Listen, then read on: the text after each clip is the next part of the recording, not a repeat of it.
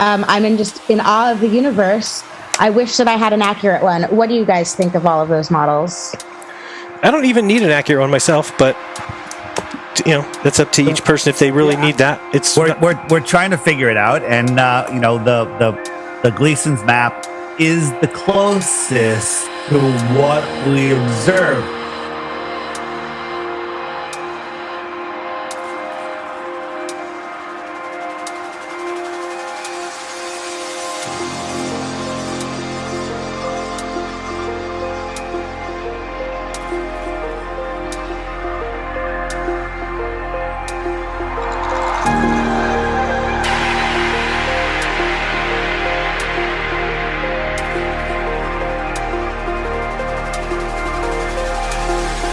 Could it be something else? Very possible.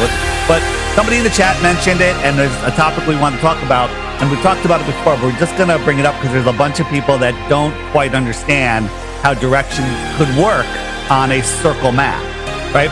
So, like, if you believe the map, if the world map was a rectangle, up is north, down is south, east is right or left, west is right or left, how does that work? How do you end up when you on the bottom? Oh, sorry. It doesn't work.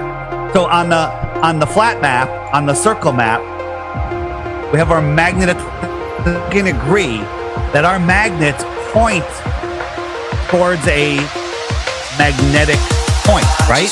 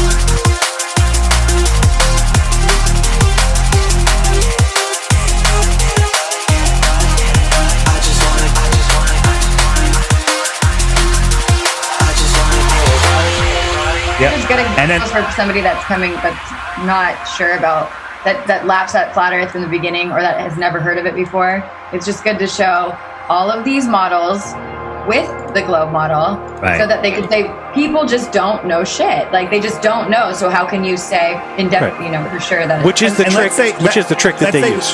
Yeah, let's say we don't know if it's circle map or the rectangular map,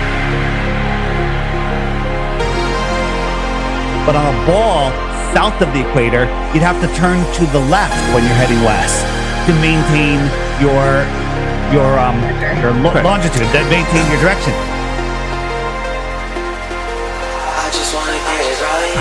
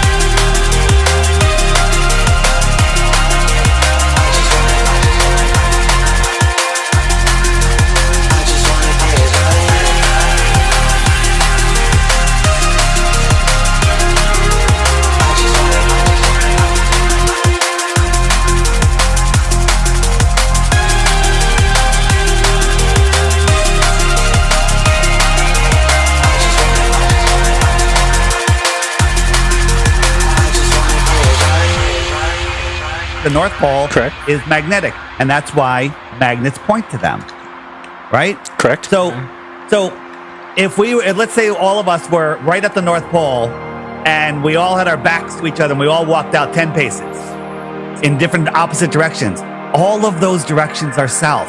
Correct. Okay. Now that's the same on a globe also. If we were all on a globe and we had our back to the center and we all walked away, we're all walking south and we'll end up in Antarctica. On a flat map, it's the same thing.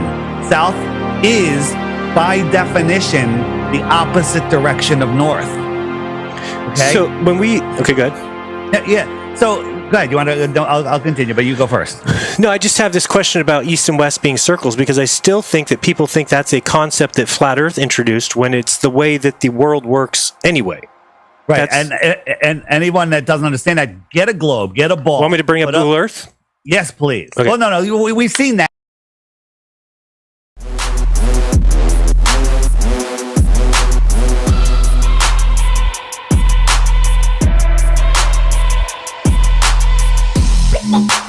Ain't nobody stopping. Ain't nobody stopping. And we are live, everyone. How are you doing? I am Jason, the host of Awake Souls. I'm joined by the limitless one, Ronnie Harris. How are you doing, my brother? Pretty good, man. Nice to be here. Yeah, so here we are. Yesterday seemed absolutely surreal. Here we are doing a recap of what took place, and we want everybody's input on it. Shills, if you love Jaren, if you're supporting that team, we're probably going to block you here. But people that can control themselves, and like, we're going to open up a link where we're going to bring people on to talk. We're going to be joined by Yahawahashai's daughter, or YD, later, and then we have a couple other people that might join us, and we might bring in some people from the chat that are going to come with an opposing viewpoint and hear what they have to say as well, because we're open to criticism, and we demonstrate it. So yesterday, brother, it was weird. It was crazy. How do you feel about it afterwards? What is your takeaway on it? Well, there's a lot to decompress and discuss, but at the end of the day, we showed them the information. We put it out there, and it was civil, at least on our part. And yeah, I'm glad it's over. I had fun. It was surreal, to be honest with you. I never thought I'd get that opportunity, and also I brought something out of the hangout too that I wanted for at least 5 years now. Mm-hmm. Was the Boston bombing coverage that PK and David Weiss did with John B. Wells, and I got that, so it was a double win. Hello. Yeah, I've been super relaxed. I'm excited. I thought it was fun, and I'm creating new content. I'm working behind the scenes on new stuff, new energy, new vibes, new truth. Well, I mean, the truth is going to be similar. But I'm just excited for everything that's taking place right now. We're moving into the so-called, holiday season. But yeah, Jason, my overall thoughts was that it was fun. I enjoyed the time. I'm shocked that they let us on there, and I'm thankful. There are things that don't have to be said, but we might still say them. I don't know. I mean, it wasn't the fairest share. But I mean, a road game is a road game, right? Some spots in the corners, you can bank the puck and it bounces a little different. They score a goal. Okay, you got to get back, score again.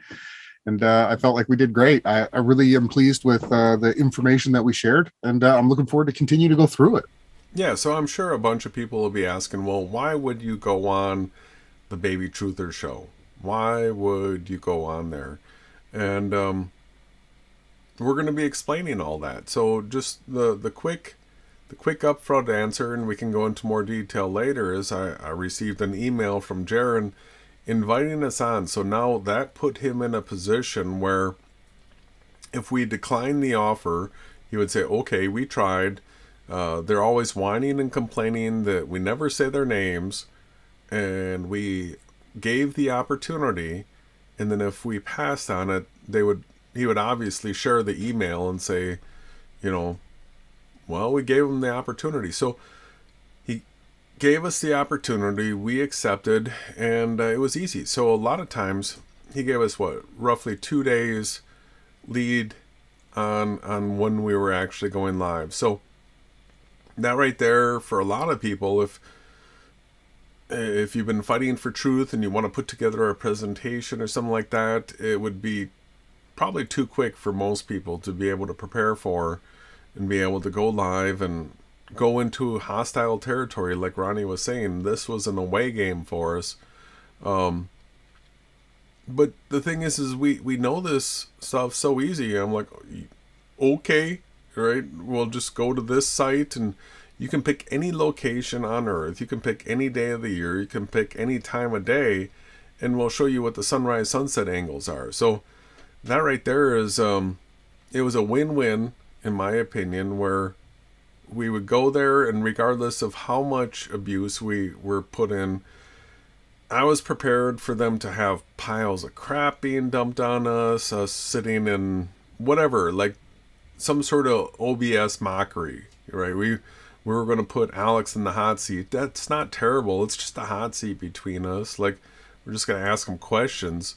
But we put Jeranism in the hot seat. We were expecting it, right? We were expecting it, but so it wasn't like that. And then we ended up having the opportunity to share what is the working map and model of this reality that nobody's been able to contest. The challenge is out there. Now it's been shared on Jaren's show. So what's happened now is all these characters like Jake the Asshole and Jaren and RV and Richie from Boston, anybody that's in this battle right now, they've all been saying Ronnie and Jason, or they'll reference the people that they can't talk about, right? But now what we've finally done is solidified who is Ronnie and Jason. Well, that happens to be Awake Souls in the Limitless Channel, and now that thought process has been solidified, merged together, and nobody can not talk about us anymore. They might as well say Awake Souls or the Limitless Channel, because we've married them together, right? They know who we are now. So it was interesting that they brought us on and they listened, because, you know, even Jaren had a video where he had a brick background. He always got the brick. And there was a cigar in somewhere in the image, and you couldn't see it. But once Jaren showed you the cigar, every time you looked at the picture, you couldn't unsee it. And so thus, this is the way that the truth works. Once you see it, you can't unsee it. And the fact that they were able to allow us to show it and share it with people, no matter how much somebody tries to mock it, the truth is still seen, right? And the fact that people can't understand how the edges wrap, you know, we can take you to a game that was created in the late 70s, 1980, show you exactly how the boundaries are set. It's simple. It's beyond simple. We could teach an advanced 8-year-old how this works. We get them to play the game Asteroids, and they see how it happens. Okay, they get it. That easy, like that. Like a kindergarten kid could probably figure it out if you really showed them. So at the end of the day, we knew they were going to be simulation deniers. We knew they were going to balk at it. So at least it wasn't heated. We'll be getting into more of what you guys on the other side of the screen. Jason and I were just trying to do our best to share the truth. And we weren't like looking to get into arguments or fights or anything like that. So I felt that it went great. I'm really, really pleased with it. Like I said, I'm just blissed out. I'm in a good mood. I'm creating new content. We shared the map finally on Jaren's channel, right? It's crazy. Like I feel like a victory. Personally, I felt like we got him to admit that there was Southern Star Trails, right? That right there was a monumental click of the ratchet strap. We'll go back, we'll timestamp that. Another thing that we got as a recognition out of that team was 120,000 feet. We're going to keep holding to that, because Jaren's one of these fake flat earthers that promotes that the ISS is real. So that's another one of these. No, so we got the ratchet straps on a few things. We've got Jaren and David denying physicality of the sun.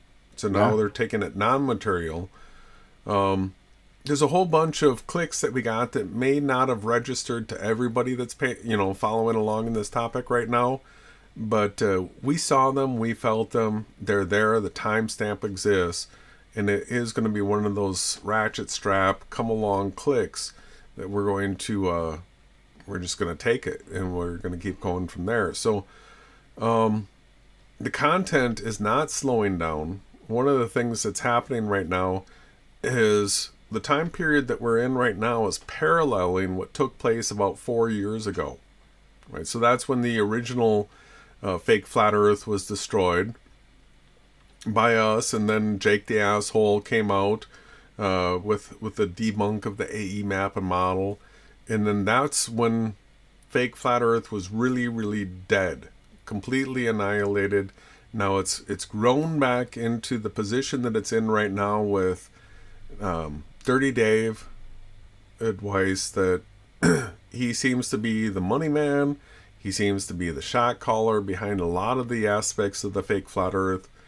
And so here we are in the position where the uploads that we do from 4 years ago are the takedowns of the same fake flat earth over and over and over again. So I'm starting to envision being able to re-upload maybe a video a day for the next couple of months that will parallel all this, continuing to expose and debunk and just make everybody aware of what characters the fake flat earthers are, as opposed to the people that know Earth is flat and that it's not a circular blue frisbee flying through space, right? Yeah, I'm super edgy. I'm like all like moving around. I'm not settled in calm yet. I don't know why. Like I said, it was just what an experience to finally get on there and explain to them how the model of reality truly works. We didn't just promote a flat map. We promoted a whole new vision to reality, right? It was something that was quite monumental, and I'm still thankful for it. And there was all those clicks that you're describing. Like I said, once people learn the truth, you can't unlearn it. And the problem is that if you don't come at this with a biblical or scriptural base, it's kind of hard for you to understand. If you're someone that believes in the scriptures, there's all kinds of supernatural things happening. And you can start to understand it, how these things take place if you're in a type of virtual world, right? There's the true story of like Neo, right? It's actually it's actually real, right? So we've been continuing to show people supernatural stuff for a while, and it's just getting stronger and stronger and stronger. And we're going to continue to do that with our editing, with stuff that we film out in the quote unquote real world. We got them to accept material reductionism as a fault, is an error. Atomism isn't real. The height and the floor of the realm. The only thing that they want is they want out. When you tell someone that there's a boundary where the edges wrap, you just come back to the other side. They realize, if they're intelligent enough, that they're trapped here. Right? So you're going to see people scurry and freak out a lot. That's why if you don't have a biblical, or I like to say scriptural foundation, you can go crazy with this knowledge, right? Because you're trapped here. And then you realize, okay, well, this here is going to get turned into a kingdom, and all the bad people are going to get, deleted out. So these are the things that only make sense to people that have been following along with us. We're going to continue to share the stuff and the truth and show people the physical, observable evidence. Yeah, we are. So there's we're gonna bring on YD, and we're gonna get some commentary from the YD, and we're gonna be going through. I haven't watched a playback of what took place yesterday. I did a couple skim throughs to see what it was that Alex and Kelsey were doing, because I wasn't paying attention to it. I was trying to stay focused and trying to keep the conversation on task, because we were asked to come there and share how the map and model works. So that was my focus. I wanted to share how the map and model works. Now, I had hoped that we wouldn't be interrupted the way we were, and the distractions take place the way they did, but it all served a purpose, because the people on their team, if you go over to the chat or the comment section on Jaren's hangout from yesterday, what you're going to find is that there were plenty of people in there that were actually offended by the way Alex and Kelsey behaved. Yeah, right. It sullied their side, right? It was really unprofessional. It really did sully their side, and it's so it's a hit that all right, so you want to try to mock us, you want to try to distract, whatever, but at the same time, if you discredit yourself to your own fan base, in Jaren's case, because he is an ism, right? He's literally his own religion, Jeranism. Follow Jeranism. And so that fan base was hurt by the way they carried themselves. And so that's an important point. Yeah, I mean, go ahead. I cut you off. Yeah, so the way you conduct yourself, the way you share truth, the way you go about it, every single thing that you do matters. We make the stink when we need to in order to get heard, in order to get a guy like Jaren and David Weiss or whatever to react, to actually finally admit it. What did it take? 4 years, 5 years for these people? Like hundreds of videos. How come we didn't do this 4 or 5 years ago? Well, Jaren brought it up. It's because they put it off till now, and then it finally took place. But now the idea that they might have that somehow if that was an olive branch in their opinion, fine, we took it and we shared the map and model on your channel, and now we're going to continue to teach people how the map and model work here, where we're not going to be mocked by, what Alex and Kelsey were doing was gross. And so we'll probably just do some skipping through the video in some areas, because we don't really even want to subject our audience to the type of crap that they were doing. But go ahead. So again, I my quick recap before we bring everybody on. I want to state that having somebody like Kelsey, who just showed up onto the scene, was very unprofessional. Now, Jaren himself conducted himself pretty professionally. He didn't mock us or say anything out loud that was too abrasive. He didn't start any fights. But bringing Alex on is fine. He doesn't really know anything about the flat earth. He doesn't talk about it at all. And that's fine. But the two of them, one would just echo, and Kelsey comes on with this whole sob story. We didn't start calling Kelsey a trans thing. That was Jake, right? We talked about it, how they were implying it. Jason could hear the language. He didn't even have to look at the screen. He could tell that they were implying that there was something going on. So we never fell for that. They can't play our words. So to have her come on and then bring that out, her big sob story, we were told that we were coming on to show the map and model. That was what we were doing. But that's okay. I rolled with it. I gave her advice. I told her spiritual warfare, you inflict pain, especially depending on which team you're on. So who you sit with, who you work with, you're going to feel pain. If they get inflicted, you're going to be inflicted. So you just walked onto the scene. Her echoing, turning her mic on was just ridiculous. Putting the cap on, I laughed and called it out a few times, because Jason and I, we wanted to be professional. We didn't want to interrupt. We didn't turn our cameras off. We wanted everything to go smoothly, because we think that we have an ability here to be on YouTube, and we don't even care if there's 5 viewers on the other side. We still want to do the best that we can. Right. So that's what we care about. We did it. Them on the other side. Some of the stuff that Alex was playing is absolutely, some of the grossest stuff online. They put it together in clips and put it out there. I don't know who was behind it. I can make accusations or suppositions, but why not just give it a fair shake and look at the reality that we brought? We didn't just bring a map. We brought a whole realm, the sky, the floor, the walls, everything, the boundaries, how it works, how the sun moves around you, how you can observe it in reality and teach it to other people. They wanted to play games and mock. And at the end of the day, I'm still super thankful that we were able to go on there and share all that information with all those people. That to me is great. And again, I'm thankful that Jaren let us on. And I could care less what the other two did. Their audience is the ones who are chiming in now, not ours. Right. So I'll throw it back to you, bro. Sure. But I'm happy. Yeah, it was a great win. Wait till you guys see David get knighted. Yeah. I don't know if that's some Freemason thing, but I mean, they called him Sir David, Sir PK. But the footage in the Boston bombing thing that they broke down is phenomenal. But then they got knighted and they got sirred on air. So yeah, I've been waiting to get that footage for 5 years. I grabbed that on my way out. It's kind of like a road game where you I shouldn't say this. But no, don't say it. Or something. Just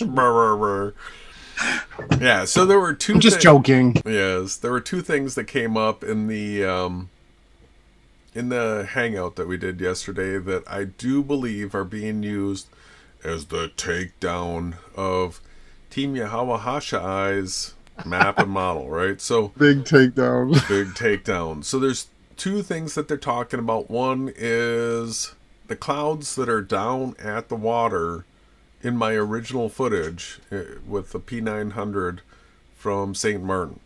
That right there is the big takedown of everything. And what was the other one? There's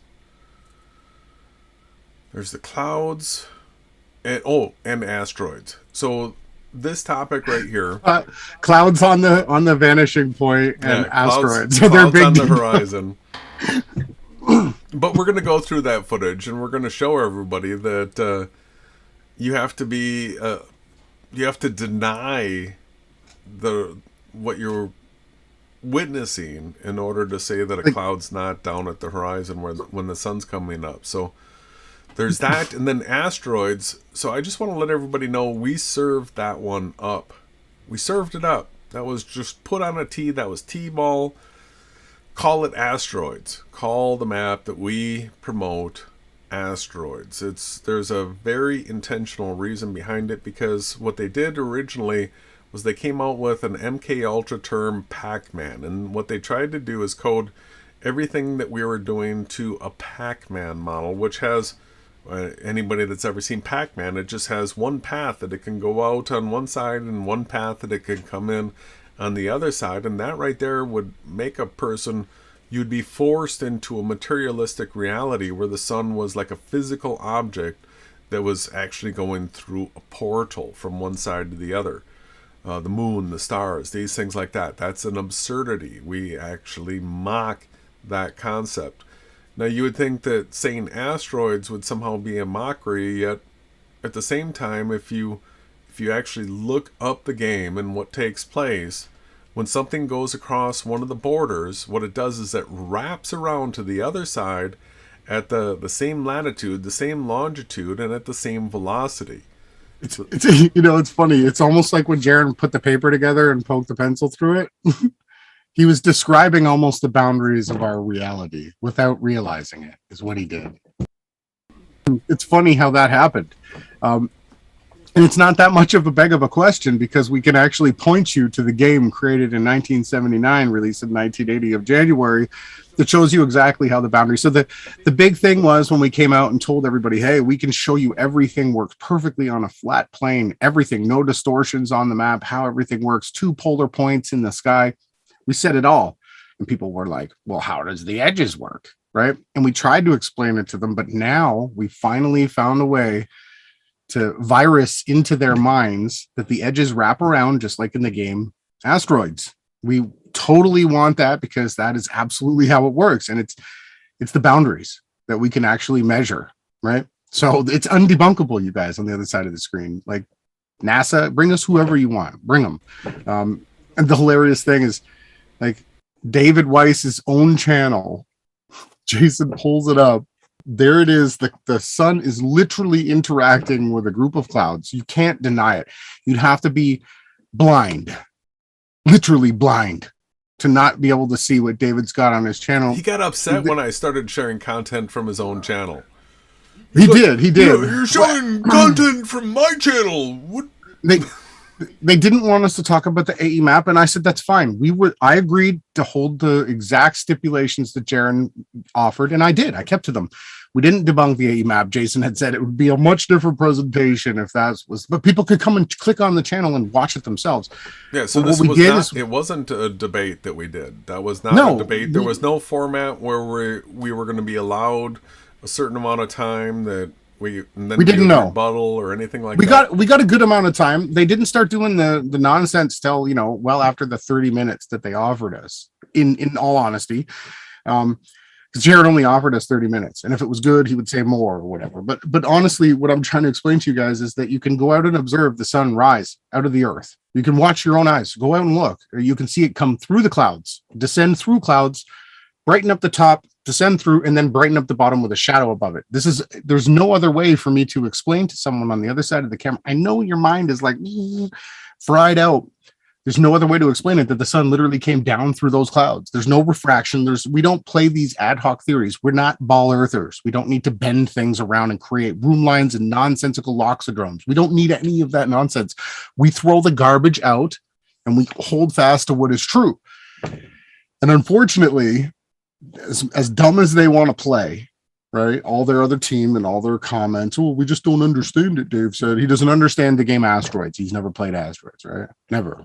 So no matter what they do, kick and scream, anybody with half of a brain in their head is going to realize, hey, what these guys are saying is actually true. It lines up when you do the research. Now, understanding the way that the sky works, the way that the ground works, is not something that you're going to learn in one day. Jason and I have been studying this for 4 years. This isn't something we just walked into, and people want to just learn everything in a 3-minute video, which we will try to do. So I'm going to end my rant. We can bring people on. I really want people to understand that it's not debunkable what we've shown, right? If you want to say you live on a sphere, you need the same map. It's the greatest one ever created with the least amount of distortions. If you want to say you live on a flat plane, there's 2 polar points in the sky. There's a circle that rotates around us, a sphere around us on a flat plane, right? You have to use a stereographic map and a stereographic map to represent the sky. There's no other way to represent it. Now, I know people will throw at me that's a false dichotomy, but what we're stating is through deductive reasoning, we've narrowed the choices down to the only possibilities that are plausible. We've done it. We've modeled every map. We've put them in the modeling programs. We've tried every angle. Jason and I don't care if we live on a Morpheus strip flying through infinite universe space. We don't care. We don't care. We just care about what is. So I'm done. Yeah, it could be a great pumpkin. It could be whatever. A turtle, right? We and could be living on a turtle. If it was a blue frisbee flying through space, all right. If it was, we would have it behind us instead of what we have, which is pictures of real sun and moon and footage and stars, right? But anyways, let's get some people on. Let's hear what they have to say. If that's what you want to do. And like I said, I'm just super thankful. I'm going to say it again. Thank you, Jaron, for letting everybody that tunes into your show actually see who Jason and Ronnie are and the content that we provide. I'm thankful for that. It was nice you got me in Blender. Tell me when I'm off camera. Yeah, we're still on camera. I'll take us to the thumbnail right now, and then I'll call we're out. YD. So Rough. So I mean, I enjoyed the time. It was nice to finally get to talk to Jaron. Well, I mean, me and Jaron and Dave actually were friends 5 years ago. But as soon as I found out that the AE map and model didn't work, they thought I was a shill. They didn't want to talk to me. They didn't want to hear me. And then I went on the conspiracy channel with Lori Frary and Lawrence. And, they were pretty brutal. So, I mean, I think Jason's going to let in his daughter soon. Then we'll get some more people in here. Yeah. Again, okay, can you guys hear me? Yeah, we should have. Yeah, you're loud and clear. YD. Great. How's it going?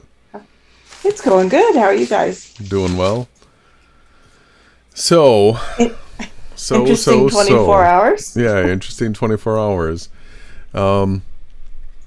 Your perspective on all that. So Ronnie and I went through it from our aspect of what we experienced going into the den of the vipers and playing the away game. But then we've got other team members that were in the bleachers watching, cheering active, actually blowing the trumpet, blowing the horn. And we want to get everybody's perspective tonight. So go ahead and talk about what it is that you're feeling after what went down yesterday. Okay, well, I think first I'll start by saying I thought that you and Ronnie did a great job. You didn't allow their sideshow to kind of derail the conversation. You guys kept your composure. You stuck to the fact. You talked about the map. Didn't matter how much foolery went on and behind the scenes that I'm sure you could see. It didn't derail you. So kudos for you guys, because you just stayed on track. And that could not have been easy to do. Like, I was watching what was going on. I was in the chat the whole time. And I found it super distracting. So, kudos to you guys for your professionalism. Yeah, well, like I said, I didn't actually even look at what else was taking place. I actually had my eye on Dave mostly, and was trying to read when I was going to have some sort of ability to start presenting information again. So they would go to derail, and I would see how long I could see that Dave was going to put up with it. And right about the time that he was getting upset with it, that's when I would say something. And so we were able to get some things shared. Definitely. The other point I want to make is, Ron saying, Jaron's professionalism. I totally disagree. Perhaps Jaron, kept his calm. He spoke, politely, but it's his show. He knew what those idiots were doing, meaning Kelsey and Alex. It is 100% my opinion that was the intent, was to have them on there as a distraction and act like fools. It's Jaron's show. Dave might run it, and that's clear always that Dave runs it, but it's Jaron's show. So to me, he was not professional. He went back on his word. He read out the email. He did not follow through. He made a joke out of it. So I totally disagree. He was not professional in any way, shape, or form. If it's your show, you own it and everything that happens on it, whether it's the chat, the people that you have, on, whether they're speaking or just doing what those idiots were doing. Jaron owns that. So no professionalism in my opinion, and no respect. I think it was a circus show, and I think Jaron intended it to be that way all along. That's my opinion. So I know Ron likes to be kind and he likes to. Well, he let us on. He let you on, but he wasn't professional. I mean, Alex and Kelsey, if he wanted to be super pro, it should have just been me and him and Dave and Jason, right? That would have been better. And then we could have had our back and forth about the models and stuff. And, I'm a little bit shocked that Bob didn't show up, because out of all the people, Bob would have been the best person for us to talk about maps and models, right? But Bob is a coward. Well, Bob apparently he was in the coward. chat. He was being he was really in the rude. chat. He was in the chat. He was being Bob. He's rude. He's gross.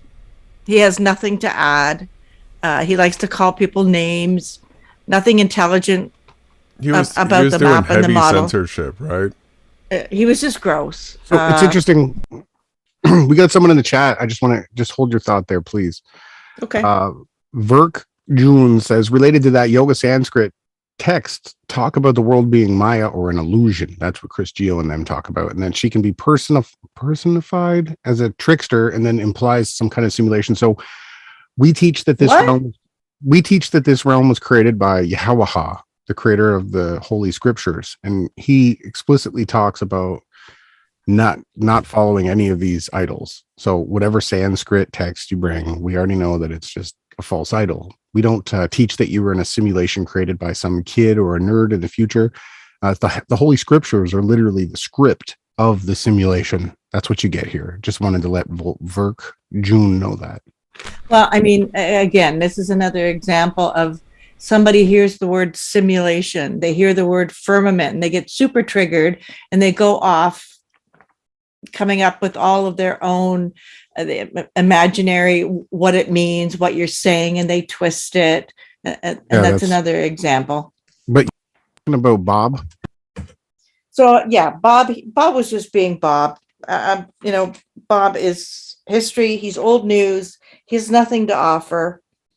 So the best he can do is come into other people's shows and berate others, call people names. I mean, Bob has already shown who he is. Just talking about, in previous lives, like, if you're a child and you get raped, well, maybe that's like, really? Like, yeah, it's and the only reason they can say that is because they took ayahuasca and the visions that came to them told them this, which we don't trust that at all. We want to stay. Well, as that's far away. satanic. That's super satanic. Well, I mean, who takes ayahuasca and then goes and has these experiences and comes back with that kind of we'd have to theory. We'd have to change the rating of the show if I actually explained to you guys what Chris said on that podcast. I know what he said. You don't know exactly what he said. We haven't played any of that. But let's keep this on a positive note. I don't want to get into those. So I want to prep you, Shan, that I'm going to set up a screen share, so your screen might change right now, but then you'll be able to see what we're presenting. And so at some point here, we're going to end up going into what the hangout from yesterday. You bringing anybody else on? Yeah, absolutely. So we'll bring in some more panel to weigh in on all this. Let's introduce a few more people, and then let's go ahead. I just wanted to make one more point, Jason. Yeah. My thought clearly is they didn't have the confidence to really debate or discuss the map, the models, the pros, the cons, none of it. So they created this distraction with Kelsey and Alex, and I think there was signaling going on, because as soon as you would get into a serious conversation and you would start to lay down some evidence, some verifiable facts and evidence, it's like they signaled Kelsey and Alex to derail the conversation. To me, it was blatantly obvious that the distractions were set up because they did not have the confidence to stand up, defend their map and model, or even walk people through it. David can't even walk people through his own map. So the only reason that they would have Kelsey and Alex on a show that was supposed to talk about flat Earth is because they didn't have the confidence level to talk about their own flat Earth map. So, and that really ticked me off. Like, if you can't stand behind your map and model, then don't ask people to come on and have a debate or even a discussion. Why waste everybody's time? Because that was just a waste of time. You got to put great information out, but their intent all along was never to let you guys get your information out. Well, they did. We got it out. You got it out. But every time that it came to a point where they had to try and defend their own map, they couldn't do it. Mm-hmm. They couldn't do it. Like they fell flat on their face. And so that's when the clown show comes into play. And you could see that people were getting text messages, and then Kelsey would interrupt with her going back. Like, everything was about her and, not being a man. And then Alex was doing all his, to me, it was completely scripted from the get-go, because they knew they couldn't really debate you, but they had to finally let you on, because nobody was going to let them off the hook until they did. And I think it backfired because they weren't able to defend their own map and model. That's really what I think. Yeah, it's a good assessment. I feel the same as you. Even to the point where they didn't even realize that the South Pole has different compasses that you need to use, right? Different weights, different types of metal are used in the South. Right. It only goes one way. Compass can only go one direction. They show their lack of research ability. That it's glaring. I did see Jaron. He did a podcast where he used our name again, TEAMYAHAWAHASHAI. That was funny. That was one of those mistakes where he's so rattled by what we're doing, he ended up going live again with our same live link that he had from yesterday. That was hilarious. Yeah, he used in OBS the wrong link. I didn't see it. I couldn't stomach any more of them, really. Mm-hmm. So I just kind of, maybe Jaron should focus on Bitcoin. He's really knowledgeable in Bitcoin. That I think he could get a lot more viewers, get his channel back onto that's just what I see from a SEO standpoint as an observer, unbiased to the situation. The less he talks about flat Earth, probably the better. After everything that he's done, he can repair his damage and continue to power on and get back to what he wanted to be. When does he ever talk about flat Earth? What the Baby Truth show isn't about flat Earth. It's not about flat Earth. But I mean, so yeah, I'm just glad that are you bringing other people on? I'm just glad that we got on and we presented the stuff. And there's nothing. That's all we ever wanted. I'm going to drop the link in the chat now, and so we're going to bring on some team members and maybe Frank Logic as well. Maybe it's a good thing Bob wasn't there. Probably would have got heated real fast. Probably. Well, Bob wouldn't come on. But you guys did do a great job, and I think that you, even though they tried to derail it, you were able to put down some verifiable, not undeniable facts. And if people really truly care, they'll take that information, they'll do the research, they can just go outside and figure it out for themselves. Yeah. So those who want the truth, you gave them the truth. They either accept it and move on, or they question the AE map and go and look for themselves. Well, see, we didn't really want to shatter people's understanding completely of the maps. What we were trying to do is express that their whole entire reality is different than what they thought. And anyone can go out and get a drone and fly it up and then film a sunset. You could zoom in on the sunset in the editor. You will never see the sun shrink and disappear like David showed. Nobody on earth has ever filmed that. We know because we went out and tested it, right? Yeah, but that's when David got really triggered because well, it's true. He couldn't debate. He couldn't debunk the fact that the farther up that you took the drone, you could see the sunset again. Yes, but only once. Unless you had a drone that could go up a lot higher. Exactly, but that just threw him. It's true though, and everything that we said, the fact that the sun comes down, shines on the top of a cloud, goes through the cloud, and then illuminates inside of the cloud, and then underneath the cloud gets lit up. This is something that everybody can observe every day. And then we literally have footage where the sun comes up out of the ground, and it's not coming and approaching us and then flying over our head. No, it's literally coming up out of the ground and then setting back into the ground. I think we have some more people here. Yeah, we've been. Okay, I'll be quiet. We've been joined by Seth and Muriel. How are you guys doing, guys and gals? Sorry. Hey guys, can you hear me? Yeah. Yep. Yeah, I'm doing great, doing excellent. Thank you. Thanks for having me on.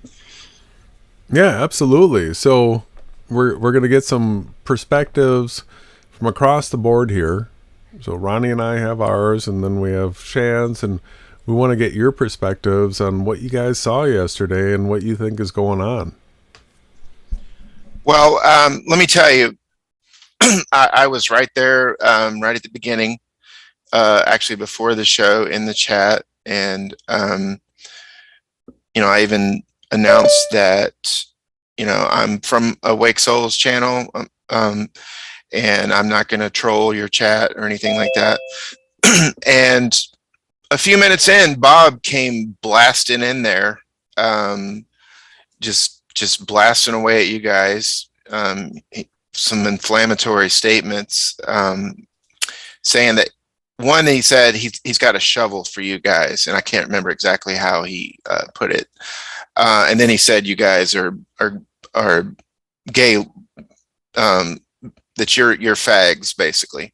And so I called him out on it. I said, Bob, that's just ad hominem attacks. It's, I wasn't even getting inflammatory back at him, and he muted me. I couldn't even 3 minutes in. I couldn't even discuss in the chat anymore. It said I was hidden from the chat. So that was pretty frustrating. But let me tell you, you guys were just really professional. Ronnie, I know they were worried that Ronnie was going to go on some extreme rant and start yelling. He does get passionate.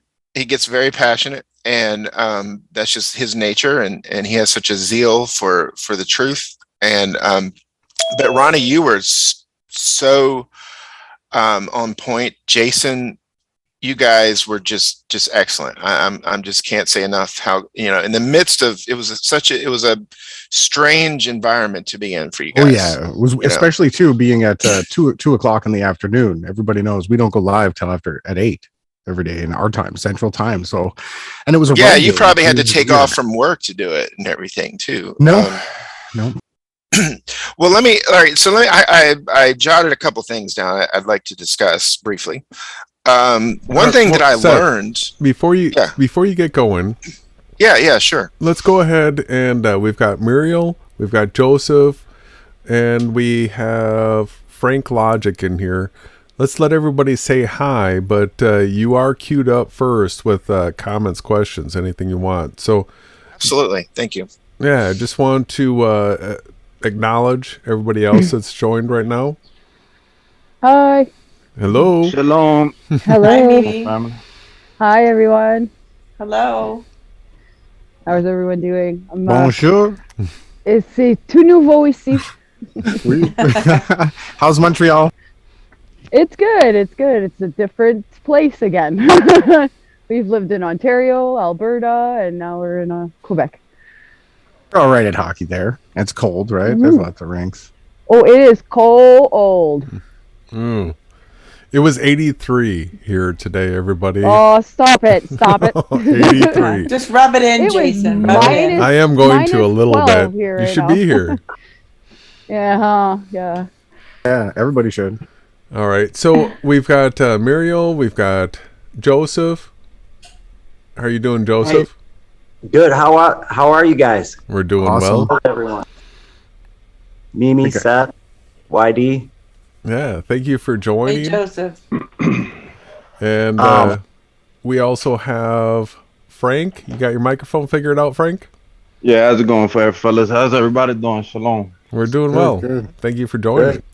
No peace yet. No peace yet, brother. Soon. I was searching for it. But yeah, so now that everybody we're all in here, we're all ready to go. We're going to end up going through the video, just maybe like clicking through it. Like I said, I haven't watched it, just looked at a few parts. I want to hear what you guys have to say. We'll click through it.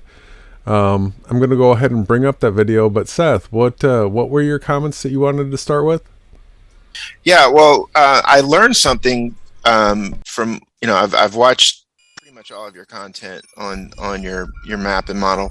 But one thing that Jaron asked a very good question about the boundaries. So I learned something from your answer, and that the boundaries would just keep moving. Like, you can move the boundaries wherever. It's not like there's an edge and you go off the edge. You're just showing, you're displaying the middle of the map with the equator going right through it, and the tropics, and the North Pole and the South Pole. You're just kind of centering it, with North America on the left, Europe, Asia, Africa on the right. But that was interesting to learn about the boundaries moving, because I was trying to wrap my head around that, and it was just explained so eloquently by you guys. You could line it up any way you wanted. Is the only thing that would stay the same is that you would wrap from wherever you are corresponding to the other side of the map. I got a follow-up question to that. Is there anything in the Book of Enoch or in the scriptures that say where those boundaries might be? The boundaries are expressed explicitly by the waters that encompass the earth, right? And then there's the four corners that we can reference. But no, Enoch doesn't talk about how we have an asteroid wrapping boundary. No, these are all words that we or where they might actually physically be, let's say. There was no way 5,000 years ago, before the advent of even having a computer program to express how a boundary like that could work. So what we're actually sharing with people is just the 2021 version of Enoch. Okay, there's no other way for me to put it. All right, so these are the types of questions that I would have loved to have been able to address to the Globebuster crew. But so Seth, as far as boundaries are concerned, when you have a stereographic map that has four corners like this, it has an expressed width, and that's one of the things that we can actually measure here on Earth is how, if you stay on the equator, right, where the sun's going to be 90 degrees directly overhead on the equinox every year, if you travel that path, then it has an explicit amount of miles before you would start over again. And so then what happens is the borders end up becoming the transition of day to day. Prime meridian and the day transition, that's correct. So if you were to go across, if you were heading left, then you would jump into the beginning of the next day over here, and then the opposite would be true if you were going back across the other direction. So can we prove this? No. We can't prove this. This is just how, if you were from a video game design standpoint, if you were to create a map, now remember that there is no possible way that you can ever get high enough to see this whole map here. It's a construct, mental construct. Yeah, one of the things that we were able to get out of Jaron and crew yesterday was that 120,000 feet is where a high altitude balloon can reach before it bursts, right? So you're dealing with something that's lighter than air, that it eventually gets up to a certain altitude where whatever construct that you can have as far as confining that gas, the helium that they use, it's going to burst. So, I mean, it's the same thing. At 120,000 feet, you can't see the whole map. You can only see just a little section underneath you. But just so people understand what we're saying, so when you go into the ocean, you can go down 8 miles supposedly to the bottom of Mariana's Trench, and there's pressure on you. When you go up into the sky, it's the anti-pressure, the vacuum, how the scientists have tried to co-opt the truth. But if you have a balloon, you have to leave it super deflated because it expands, because the pressure is it's pulling outwards on the pressure inside of the balloon. And that's why we can't, you guys would, if you understood from an engineering standpoint of how hard it would be to build a craft that could withstand that type of rigid stretching, like grommets, all these different types of things that you would need to keep things sealed would be super, super hard to build. And plus that it's freezing cold. Right? Which, if the sun was a ball of fire, the closer you got to it, it would be hotter. But I'm getting off topic. Yeah. So the whole topic, and the reason why I wanted to get that notch on the belt there with Jaron and crew is because he's a guy that promotes that the ISS is real. So he's supposing that you can fill the ISS with helium and it's going to float. No, it's not going to float. It's way too big of a structure to just fill with helium and float. And then, so one of the things that the fake flat earthers do with their whole dome and firmament thing is the argument from the Nathan Oakley crew is you have to have a container to have pressure, right? This is one of the material reductionism at its finest, at its worst. One of the big things that they super promote is having to have a container to have pressure. So I'm going to ask you, everybody, a tire on your car, tire on your bicycle, any tire, if you check the pressure of the tire at the bottom or at the top of it, is it going to vary in pressure between the top and bottom of the tire? No, it's not. So we would have to have the exact same pressure inside the entire container if we were inside a pressurized container. Right. All right. So we're in a world where pressure is the greatest at its lowest point. So that would be the bottom of the ocean. That's the highest pressure. You get up to sea level, it's a certain pressure. And then we know that at the top of Mount Everest was at 29,000 feet something. People are already having to carry oxygen with them because they're running low on air. We know that airplanes need to have pressurized cabins. Otherwise, we wouldn't be able to breathe at the altitudes that they fly. And then they get higher and higher and higher. And then no longer can they even do pressurized cabins. Above 45,000 feet, they can't do a pressurized cabin anymore. Now all of a sudden the pilot has to be in a pressurized suit. So we have varying levels of pressure at varying altitudes. And the fake flat earthers say that we're all within one pressurized container, which would have one pressure everywhere. Was there other questions that Seth might have? Well, and of course that wouldn't allow for the seven layers of heaven as well.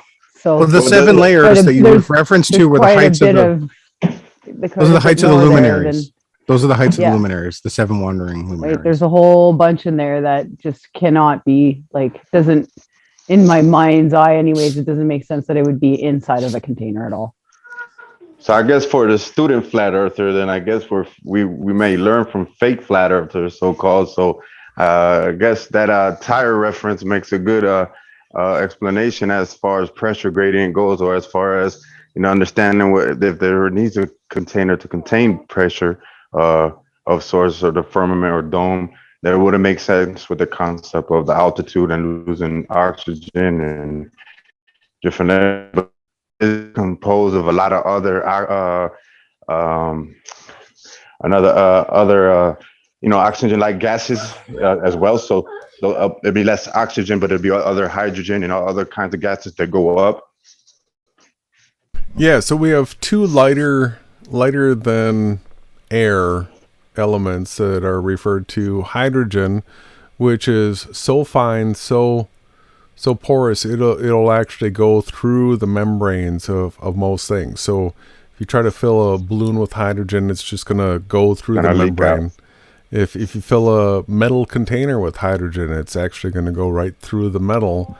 So helium is not as porous as hydrogen is. It can be contained, and it is still lighter than oxygen. So that we've all heard that NASA is the biggest buyer of or producer of helium in the world, right? Correct. All right. Yeah, so I'd like to comment on David Weiss. He kept creating this idea that, well, I can get you on these different radio shows or different YouTube channels, and let's see how you can convince people your map. Well, it's not about how hard it is to convince people. Like the song at the beginning of this live stream says, "I just want to get it right." Right? I mean, get it right. His idea on, well, you're going to have a hard time convincing people if you lead with that map. Well, that's because he thinks he's being condescending, thinking that your map's a joke. So he's saying that you're pretty much going to do a disservice to yourself and make yourself look ridiculous because he believes your map's ridiculous. But just to touch on that. Well, what's even more ridiculous is presenting the fake AE map that is completely has been destroyed and debunked 4 years ago, 2017. And that's what he's shilling out there with his tracking app, his stupid app that I've deleted off my phone, thankfully. And I did the same. I deleted that a few weeks ago, which I should have done a lot longer. That's also my take on it as well, is that we can all understand we're all students of truth. We're all searching for an answer. We all have common interests of wanting to discover what reality we exist in. So, I mean, we are subject to what we've been exposed to. So some people may believe whatever they might have, discovered along their journey, and that many people are at different levels. But I think to say absolute, we don't know. Well, a lot of us don't know. This is where we have an issue, Frank. There's only one truth. So whether it's 30 degrees outside and you think it's cold and I think it's hot, it's 30 degrees. I agree with that. The truth is, when I started, guys, my bad. Go ahead. You go ahead. Sorry. No, just like I come to say, like you said, it's undebunkable. Like, well, okay, I respect the confidence because you have due diligent research, you've studied, you have your understandings. But at the same time, what I was going to say, you also say you can't prove.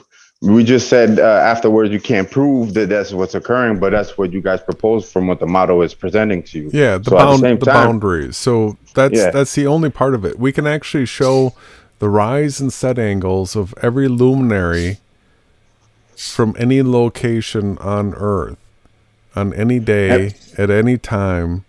And so that right there, we have all the evidence to support that this is what's happening. Now, that's what could happen. Yeah, what we're saying takes place at the border of how you would get to one side or the other. That right there is something that has to be left to the imagination until. Oh, show the asteroids. Show it. Show the clip. Show it. All right, you want to see asteroids? The asteroids. Yeah, no, show it. That's. But it's really simple for maybe other people haven't seen it.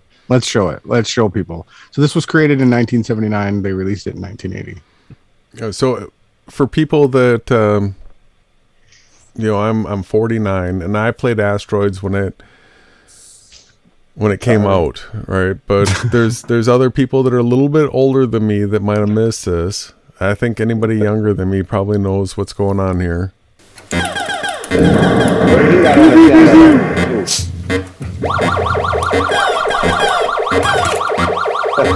That was hyper. Here he goes. Boom! He came out on the other side. Oh, he went back the other way. So he used hyper a couple times. That's risky. But you'll see as this goes along that he's going to start going through the screen. So right now he's trying to hold the center position. Oh. He got smoked. Got smoked. I'm trying to go with the AE.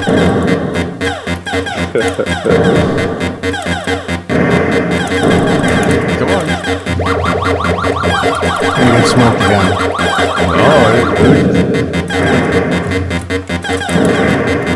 It's on a roll now. Use that thrust. Getting closer to the boundary. Here he goes. There we go. Oh, what happens? There he goes again.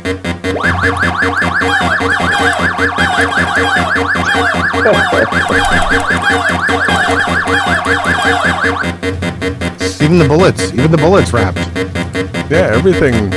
The angle, Everything the velocity.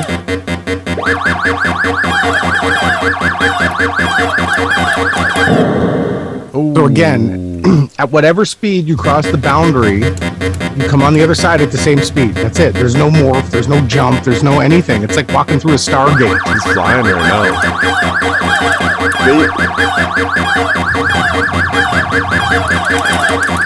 He's got this. He's got this. Oh, he's out of control. He's got it. He's got it. Oh, look at that shot. Next level. Right. Boom. Boom. Okay, does everyone understand how that works? So at all the edges, you wrap to the other's corresponding part of the map. They're able to express it in a video game from 1980, right? Or do you guys want to believe in the Big Bang heliocentric model that's flying 666,000 miles around the great galactic equator? All right, and then what? I get your concept. And it's crazy that people believe in physical reality. They think that the sun is like a ball of fire, and they don't realize that you can see these supernatural things happening all the time. Like everything is just a miracle after a miracle if you have the correct lens. But I know the boundaries. A lot of people are waking up. We hope. A lot of people are waking up to trying to discover the truth. So ultimately, you guys. I mean, I respect your concept, but it's for average Joe waking up to these truths that it's hard to fathom. Wrap your head around that being supernatural like that. Frank, as soon as you realize that everybody's battling, when you realize the Earth is flat.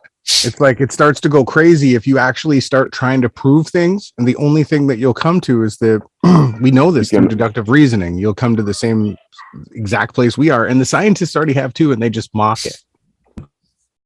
Well, and remember how Mark Sargent got onto the scene by saying that he was a video game designer and that all of his clues were based around a virtual reality world. That's how he got onto the scene, and people loved it, absolutely loved it. And then he flipped and became a Freemason New World Order AE map modeler, and we're the only ones that have talked about it since. Well, except for the little clip that Bob did on. We played that earlier. So I don't know. Let's keep going. Should we get into this? This is where we come on the show here. Let's skip the intro song. Yeah, we're at the end of it. Let's go ahead and play a little bit of this. Now, anybody, if you want us to stop, you want us to talk about something, just go ahead and unmute and say, let's talk about this. And we'll stop and we can jump around. We're not going to go through and cover this second by second. It's just concepts that we're going to go through right now. But this is the way it started, everyone. Can you hear that? No. Why is it? No audio. I can't hear it. All right. Nothing. Let me check this again. I had trouble in the intro.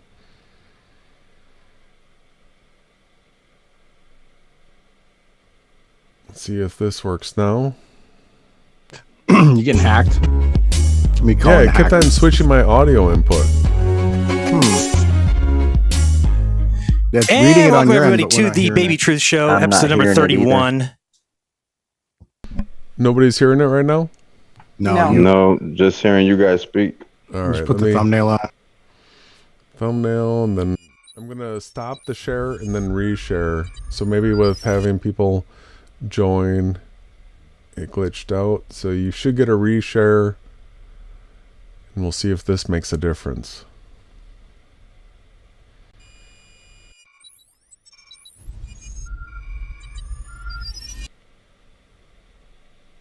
And we've got some guests.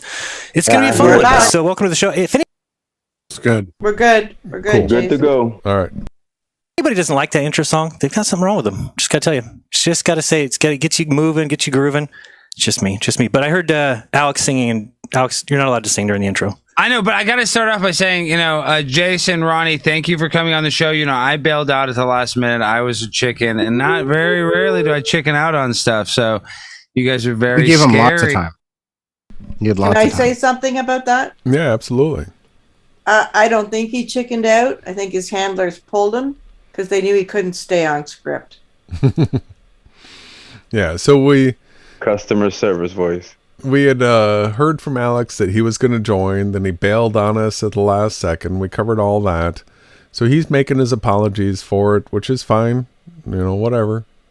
You know what I mean? So I'm, now that you guys are here, Now that he's got his posse with him, now he can face you. Now He's got I his have posse. my reserves. I can handle it. But no, in all honesty, though, I do owe you that. I was not feeling good that day emotionally, but it's fine. It's fine. Now we can bend Oh, yeah, fences. and you and saved Ronnie and Carl. Jason, I want to inform you on a little thing that we do on the show here. I have the mute button for Alex. It was all you fun. have the How- mute I know, button. Jared, It's Jared, annoying. It was that funny. you- Give that's Ronnie all and you Jason got, the mute David, button is that also. fucking mute Name him. button. We could mute them too if we wanted. And we're We trying give them the dropping mute their button audio a also. little bit to That's see if we can To mute Alex. Because then they'll communicate mute you. better That's and all. What hear happened to that. his They'll have a wrestling whole show to excuse themselves. for the reason why he didn't come on? He said that he was offended because you said wrestling yeah. is bad. So he just totally changed the narrative. That's true. And he went with a more sympathetic, oh, poor The me. customer service approach. Yeah. Well, and the other thing is he might have a mute button, but why didn't he have a visual mute? Yeah, that was, he was playing some nasty stuff, you guys. Well, Jaren's the one that had the controls at OBS. So he was Exactly. the That ultimate was my decider of who was going to be on screen and what they were going to be showing, even though Dave might run the show. Those All just go 3 hours. Jason, just give me the this sign or whatever sign you want to give me, and I'll mute him. Okay, Right? we got it. How about we got Alex Stein here. Alex, welcome to the show. I was going to say you can't sing. Only Jake can sing. Only the greatest singer that ever lived. Oh, He doesn't have any talent, Alex. Alex does not. No, I really. Unfunny. No talent. Comedy's really not a competition. It's very subjective. But I'm not here to No, talk about there's that. one that's but better than singing is everybody. not subjective. Singing is pretty not subjective. And I remember as a kid, and then my dad would be like, sing Elvis Presley, and I just couldn't. I would try so hard. So I've always tried to sing. I'm always jealous of people that have the ability to sing. That is a talent, but not many people have. So Your voice sounds like you would be able to. So I thought it was a little weird at this point that they were, before finishing introductions, they were just going to go into a side conversation about their ability to sing. Yeah, nonsense. Did they even introduce us? I don't remember. Just fluff. Yeah, no, we're not introduced yet. David said that he has a mute button, but no, we're not introduced yet. To sing. I know, but I can't. I just can't get it. I just. Yeah, don't do it. I have no musical talent. I can't I'm not good with sounds. I'm not that I'm musically untalented is what I am. Alex, can you just? Never mind. I'm not going to say it. I'm going in a different direction. What? Go in a different direction. Go. No, I had a good point, and now it's I gone. doubt that. It'll come back to me in 1 second. It'll come back in 1 second. All right, we've Go got ahead. Kelsey here as well. Kelsey, welcome to the show. Mahalo. Hi. Happy to have you here. And we've got David Weiss to her Here. right, I believe. All right, so now I remember what I was going to say. Especially with these two guys, Ronnie and Jason. Oh, we get a Very shout out exciting. from Kelsey, huh? So here's what I'm Wow. gonna Yeah. But don't you normally introduce your guest first? That made me laugh. I was like, okay, Kelsey's going to introduce us, huh? Ronnie You and could see Jason. that. I was We like, throw all out the right, waves. hey. Hello, Kelsey. Come on. say, Sorry. Kyle Adams, who's been on Yeah. Globus a bunch, Jason's has not his laughing. show on the Academy of Flat Earth Science, whatever he calls it. Sorry if I butchered that. He's been doing this thing called Common Ground, and he interviewed Mr. Sensible. I don't know if you guys know who Mr. Sensible is, but I just call him a disgusting troll. If I come by his channel, I have to take a shower after. Sounds like somebody from Shark That's Tank. funny. Can I stop you guys for a let's- second? What Yeah. what do you think they were driving at something there with that? Like trying to say something there? Who knows? That's what they were saying. Yeah, Mr. Sensible. I didn't know where he was going with it. I don't Yeah, know. I just They need That- to have a shower, I guess. They were trying to say that we're dirty, I guess, right? yeah, I don't know that That's really the story threw me they come off. with. Dave just comes out of nowhere with this, like, I gotta have a shower story. Like, what? Yeah, that's what I mean. It's just that was Didn't phase me. it was just way off, you know. I don't know where that come from. Anyway, sorry. A good point. Let's start off with some common ground. Ronnie and Jason, do we agree that the Earth cannot be a spinning ball in space? 100%. 100%. What is your position on that? 100%? Yeah. So Mr. Sensible was the common ground guy. So David had a tactic that he came in with where we were going to find common ground, which I was absolutely fine with. We'll find the common ground and then we'll take the stand where we're not on common ground, right? Jason, can you just up the audio on that video a bit? Sure. Thanks. All right. Common ground. So here's the thing. And can I say something real quick? It was interesting to see before the show. They got here about 20 minutes early, and we started 15 minutes late, and there was no fighting. Everybody's having a good time, talking, laughing. That's not true. That's not true. Was there fighting? Did I miss it? Yeah, I just want to point out that I did a screen record on my side before I went in and made the call. So everything from my side was being recorded before I even called into the show. And just like Jaron said, it was amicable. Everything was fine before the show. We were laughing, getting along. Alex Stein was talking about he wanted to do man on the street content. And he was ready to come to Austin, but he didn't want to cover Alex Jones. He thought Yeah, I did a little toke of the sashimi for Jake style, just to show these people that I'm not some like narc or anything. I'm just a regular guy. I'm a sinner too. Some of them might think I go around, I'm holier than thou. That's absolutely not true. And, I had a good mood. I woke up happy. This was something that I had waited like 7 years to get, right? I enjoyed every moment of it. The N-word. Jason said the N-word about 6 Jason times. did not say the N-word I either. That was a lie. Alex That was a lie. and Jason already He planned made a you laugh with podcast that one, though, together Dave. on the street. Not a podcast, So content all of this cast. stuff. So we're gonna, Alex got you to laugh. The Globe and other hot I think potatoes. these guys are acting. we're gonna go in the street and do some stuff, not just a right. podcast. We're gonna take it further. But than getting that. back to my point, Okay, get to the we point. know the Earth is not a globe. That separates us from the normies, if you will. Now we have different ideas of what it is. I'm not married 100% to the circle map. I think the sun circles. I do. And I think it's one of the best tools to wake people up, to get them away from the ball. If you get people away from the ball, and I'd say they're trying he's to figure very out the married map, to that's it. awesome. Everyone should. So we're This is the classic I gotta line. calm down. I gotta calm down. Yeah, this is their classic go-to. It may not be perfect, but it gets them away from the ball. They all say it. Mm-hmm. having you guys here today, show us your map and to discuss it. We may end up going, wow, that's interesting. Or we may end up going, that's completely insane. But we all know the Earth isn't a ball. Game over. Okay. We're on the same fucking team. And it's not true. It's not true. We've never been on the same team with these guys ever. In fact, we've been calling out that team for the last 4 or 5 years now. Ronnie, even longer. I was for 6 months. 6 months I was on their team, and then they call me a Benedict Arnold because I followed the truth. And well, I guess since we're getting that out of the way, so just to get everyone's understanding, I guess. Still weren't introduced. What do we think of Werner von Braun's Psalm 19:1 on his headstone? Already getting the firmament biblical showeth his questions. handiwork. So what are we thinking? There's a firmament. That's the sky. That's Yeah, so not introduced yet, but going to biblical firmament questions. Let's do it. Let's do it. The story in the sky of the stars. There's a pictures in the sky, And So- that is the handiwork. Not like there's no like physical rock hard solid dome thing up there. Okay. The important thing to note out of that is the word firmament was introduced in the King James Bible. So the one thing that I want to say is that, like, okay, someone can like smash a mirror or, you know, something out, but it's another thing to position the luminaries in such a way that it creates pictures that tell stories throughout all of time. So this is what the understanding of the handiwork that he had done. Warner von Braun knew that he couldn't go above 120,000 feet. He wasn't stupid, right?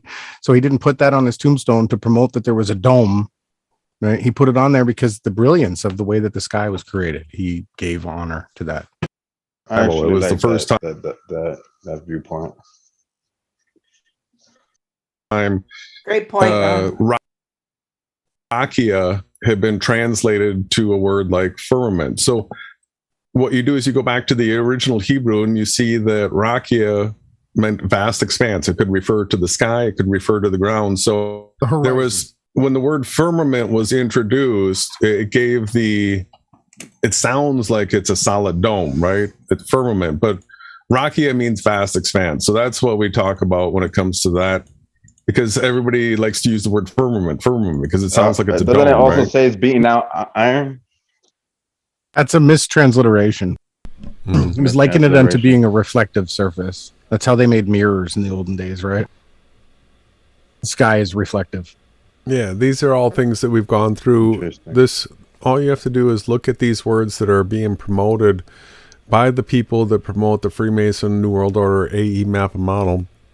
Go to the scripture in the interlinear, look at the original word. It's going to be Hebrew, right? So the molten, all that we've done the studies on this already, how it's like Ronnie said, beaten out to a shiny like appearance. How would you make a mirror, a reflection back in the old days? You would beat out a piece of metal until it was smooth. You would have to get all the dents out of it until it gave you a perfect reflection. So the sky that we see around us, there's no distortion in it. No distortion. You can see that when the sun rises, sun sets. You can see it with the reflection of the light coming to you over a body of water. You can see it in the sky. You don't see any dents or ripples in it. It's smooth in appearance all the way around a person, for sure. Dude, we're not material reductionists. We don't even believe that what we're in is like a materialistic realm. We look at it in a totally different way. And everybody I'd say we do too. tuned in. Yeah, roll it out. Yeah, me too. And I guess almost the firmament is what holds the sun, moon, and stars up. I guess I don't know. I mean, I don't really know how to describe. No, you don't. He Yeah, does holds it nothing. up like a turtle. The answer is that it's the wind that drives the luminaries as well as angels, right? That's the true biblical answer, scriptural, not biblical, because there's more than the 66 books. Describe it, but I just that's what I think. The scriptures say that those luminaries were placed within the firmament, so within the sky. Yeah. Right, that's all it means. Pretty basic. Does the Bible say that we may not know that God, we can't measure the breadth of the earth? It challenges us to actually test it. Who can tell me? Who can tell me? Right? Nailed it. Yeah. So that right there is measurable. If you want to measure the length of the equator, anybody can do it. These things. Who can tell me the measure? Well, you just got to start off. You got to start off at solar noon on the equator at one point, go east until you're all the way back to that point, and just count the mileage. That's all you got to do.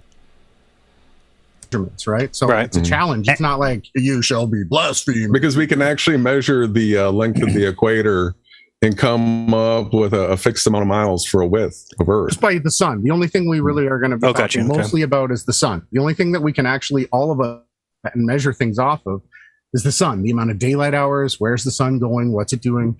And I just want to interject here is that I don't want to be against anybody. I'm just simply after the truth. That's for 8 years now. I've been straight truth. And I don't care what it is. We could live on a Mobius strip. right? Like it could go upside down and twist around into infinity. I really don't care. The only thing that matters is like I wanted to find what the absolute truth was. And so that's why I come across as like aggressive to other people and I like get stance hard on my positions. Is only because like if there's anything that I want to be remembered as is somebody that like fought for truth at any cost, even losing friendships and family. Or admitting that you're wrong sometimes when it and comes I do. That is like Kelsey. Wow. Really? That's what she wanted to jump in and say after what I said. Because she doesn't know anything else, Ron. Wow, she had to interrupt me to say that. Just take a shot at me. And yes, I can be corrected. She worried about the ego. She hungry to say something. Wow. All right, so we haven't gotten to the point where we've been introduced yet. This is still before that. Let's get to the point that we're introduced, and then for the people that have joined us in this call here, if there's other parts of this video that you want to jump ahead to, just let us know because we can't dissect the whole thing. We're gonna get a half an hour left. Yeah. Huge. Yes. And I came into this without put my head thinking down. that I was like, really? What just transpired? People calling me a man. I'm getting videos made about me. Yeah, real quick, let me cut you off, Kelsey. You guys do owe her an apology for calling Kelsey a man. I never did. I never did. If you guys could play, I never did. But anyway. Okay. Well, if you didn't, then you're fine. Excuse me. Sorry, Kelsey. I just want to say that on your behalf. I just want to say, I have a daughter. We're all going through this horrible. We can skip this. This is a waste of time. Because honestly, I have compassion for her, and she's in the truth movement, and she's with a bunch of people that we've been arguing against for years, and she wants to come out and say that she's now inflicted by the pain and all this. And yeah, that does happen when you come into the truth movement. It's not roses and sunny days every day, right? People lose friends and family. It's very tumultuous. Well, okay. So my question is, how long has she been in the movement? What does she know about flat Earth? Because I never heard her say one thing during this entire live stream that had anything to do with facts about flat Earth. Nothing. Well, she's now got her reindeer antlers on. We're getting close to the time where I'm going to start screen sharing. And this was the most fundamental part to me, just to be able to share this. Right. So. And now she's eating. It's just a joke. It's a funny. So we were able to have our backgrounds behind us where people can connect us. Jason and Jaron. Sorry, if Jaron was a better producer, he could have put me over where Alex is. And then, because looking at my screen was on the right. So if I, as the producer, was running the show, I would have moved my character over and put Jason's on the other side even. But it's fine. It's fine the way that it is. I'm just pointing it out that I had to look that way to see my screen. Right. Hey, do you guys see the comment by the mod there? It says Dave Weiss and Jason need to start a podcast. They did try to create some kind of divide like that. I did hear that, I think. I was like, okay, do it. Oh, that would be quite the podcast, wouldn't it? Because I would go full. That would be entertaining. Full animal against Dave if I had the opportunity. Absolutely. I would tune in for that, you guys. What the hell is that? Sorry. All right. Now Alex has got some dummy on the screen. What's that? I get the screen share up, and like you mentioned, Shan, she went right to eating, and then all of a sudden Alex immediately goes to this. I didn't see that. As soon as I don't even know what it is. Who knows? I wasn't looking at it. I was watching the presentation. It's some sort of mask that he keeps on sticking up in front of the camera. We want questions from you guys because One Earth. Again, more distraction. What was that? Oh, why was she unmuted and just talking over you? You were in the middle of a presentation. I don't understand. This is my point about every time you guys actually started to talk factual evidence, they would pull this kind of thing to just derail. And it continues throughout the whole thing. Now, I know you guys didn't see it, and you shouldn't have seen it because you had a job to do. This is what was going on. Yeah, it's crazy. We've been looking at this for a long time. And so what this is it's a stereographic map. I want to differentiate what makes this different than an AE map. Right. So on an AE map, what you have is one polar rotation. So an AE map has one point, like what you see right here, where you guys were talking about doing circles around the polar point. Right. So it has one polar point here, and it has the second polar point split on either side down here.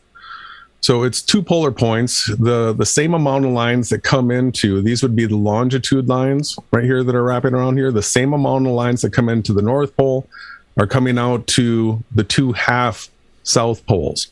So by having a stereographic map, you can now circumnavigate Antarctica in the amount of miles that they say it takes, because they do races. It's a huge point here that the around flat earthers Antarctica and stuff like that. So have to deny. By splaying it out like this, once right away, a person's going to realize that this demands a different explanation for reality than like atomism, because you can see here that it has a border here that's just water, that now you're expected to be able to traverse the borders, right, from one side to the other. So Ronnie's got demonstration where he takes this map right here, he imports it into Blender, and these stereographic lines of latitude and longitude, right, shaped like this, that wave right there, will actually wrap to a sphere and become like croquet ball lines that wrap around a croquet ball or a pool ball or something like that. So this is video, and what it has is it has a demonstration of the, all right, so this is a top-down view right here of a program that I'm going to be using for all the modeling. So this view right here, I just want to show people what that view is.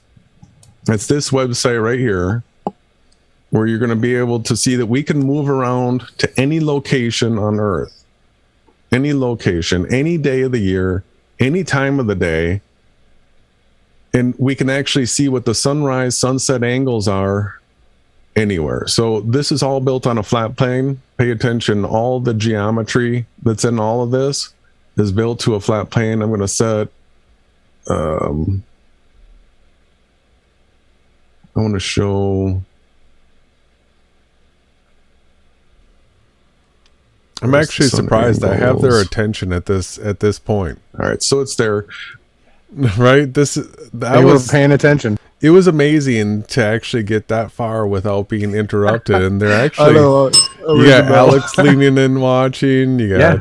Yeah. I was actually excited too, because I'm like, okay, we could finally listen to your model. Because I gotta say, I'm neutral. I haven't really. I've just started looking into you guys, so I've been, as I tune in, I've been seeing you guys speak on this topic here and there. So I was like, maybe this show they're gonna present it. I follow the other side sometimes too, so it's like. But maybe this would be a grand moment that all of these guys would come together. It'd be some revelation here. But I was excited as well. Yeah, they were paying attention at this point still. But Jason, if just 30 seconds prior to that, totally disengaged. Jaron, Alex, and Kelsey were like totally bored. As soon doing their as own thing. This presentation came up, it was like, whoop. What? What's that? What is that? Well, that's what are they showing us? It's the reason why we did it. It's the reason why we did it, so that I just want to point out to everybody that I've picked up roughly 100 subs since we did this yesterday. So that right there means something to me, not from a financial standpoint. Right? I'm not monetized. It's not going to help me that way. But 100 subs means that that's maybe 100 potential people that are actually going to tune into and acknowledge what you got to present. Interested. Just learn. You don't got to acknowledge just it. Interested. Yeah. There you go. Awesome. When I hit play on this, this is what we can this is what we can actually witness anywhere. So I've got the dot close to your guys, like your location out in California, Jaron. So let's go ahead and move the date right here to, what are we at? We're at December 9th. So right here. So that that circle there is really like a personal atmospheric dome.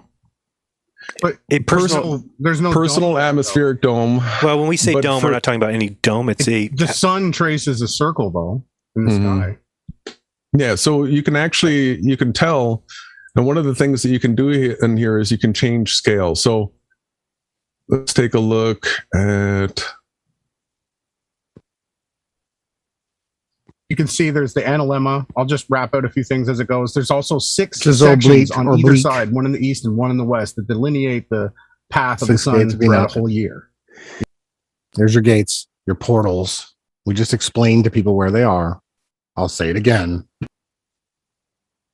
So Right you there. can see it. It's called gates. Did you guys watch the video that what's his name? Corey Kell did? No. Where he talked about the angle of the sun being wrong, and this is a great drawing of that. I can talk to you about it afterwards. Are you kidding me, Jared? This is a great example of how something's wrong. It's absolutely the most measurable evidence that we can ever bring to the table. That's hilarious. It was such a contradiction. Hey, you can go to any location, any day, any time, and see what the rise and set angles and what shadow it's going to cast. Right? Anywhere on the map. I might want to look Yeah, at I'd it. have to check it out. I'll look at anything too. Yeah, so this should match what you are witnessing. That should be your sun's path. All right, so you've got north right here. You're looking south. You're down here at the center of this, and that is the path of the sun going around the observer, and it actually gives you all the degree headings. All right, you can see which degree the sun's going to be coming up at, which degree it's going to be coming down at. And so this is north of the equator. This is what most of our audience, your audience, is going to be familiar with. Now it's different. I want to. Now, why is the sun so low here, and the real sun's up high, right? No, this is the actual angle. No, but that's not. So I just want to bang on this point, everybody. That's the actual angle. So if you were positioned down at that red building in this animation here, you would take your compass and you would point in that direction, and then you would tilt it up to this degree in the sky, and that's where the sun would be. So this is all actual measurements to the observer, and we're not talking about atmosphere making this, like, distorting it.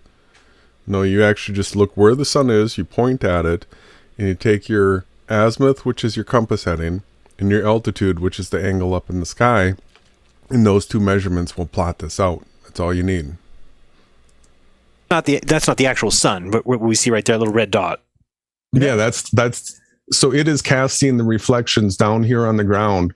So you can put a stick, a stop sign, anything. These measurements of the shadows prove that the sun is actually that local, that close around the observer. It has to be within your circle of sight, right? So wait a minute. What about somebody that's 500 miles away? Are they seeing the sun in the circle of their sight?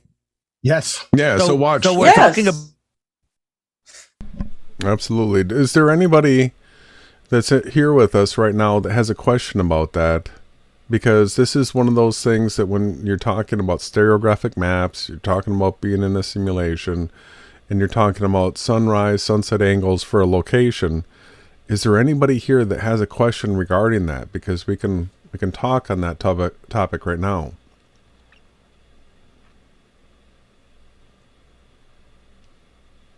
Yeah, I just want to comment. Jaron was a little confused. He was saying that's not the actual sun right there, is it? Like the sun's not that low. That's what he was implying. And you guys were like, yeah, it's within your circle of sight, and it's right there. So he was having a trouble grasping that concept. Yeah, I don't think so, Seth. I don't think he was having trouble. I think he knows exactly what he's looking at. What he's not willing to do is admit that it's correct, because it's easy to grasp that concept.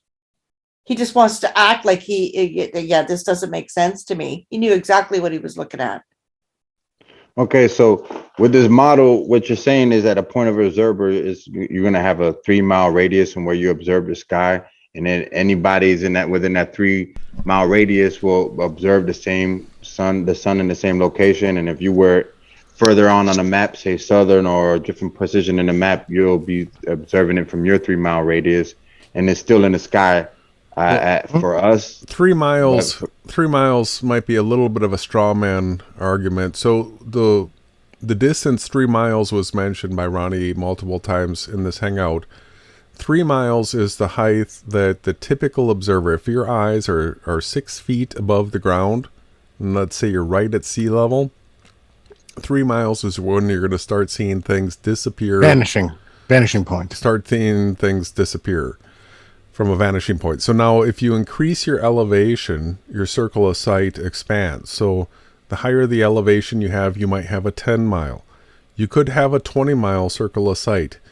Now, one of the things that we've covered so much is that once you start going beyond 20 miles, you start talking 30 miles, 40 miles, then 50 miles, you've hit the limit, because we can show footage from the Burj Khalifa, the tallest observatory deck in the world, where you can't see islands that are 55 miles off the coast.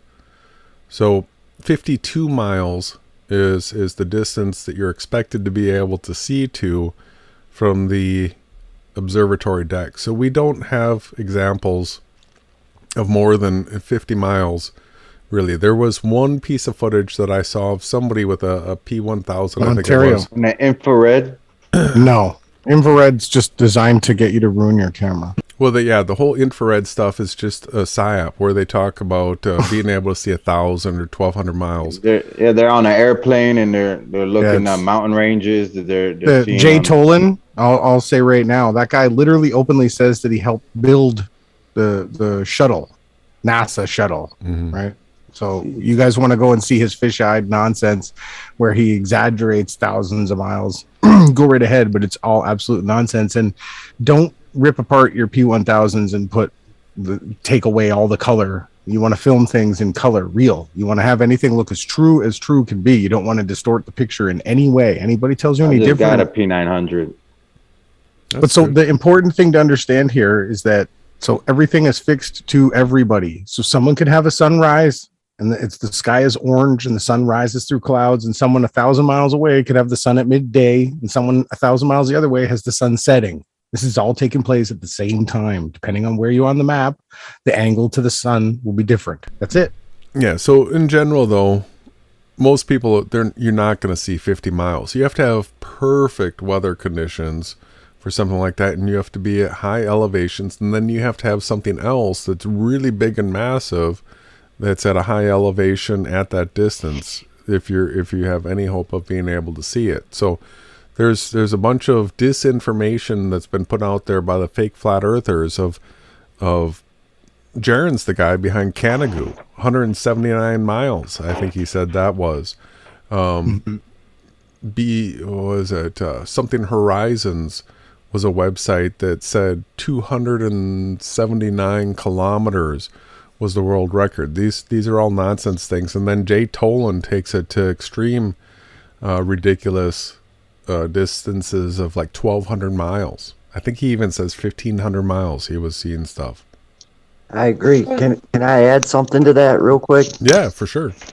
When I was down there in Indiana working just west of Gary, and we were like at the top of the furnace, we were like not quite 300 feet up, and I dropped a pin from there to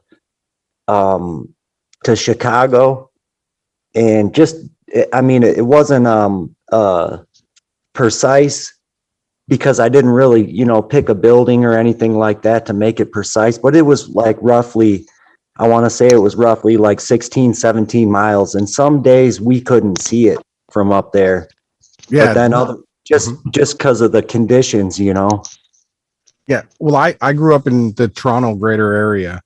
And so that you've got the CN Tower there. It's a great observation piece. And you start to lose it at like 30 miles. There was someone who took a picture from like Pickering or something, and I think it was 55 miles. Yeah, it was right at the edge of 50 miles. That's one of the longest documented things that we've seen so far.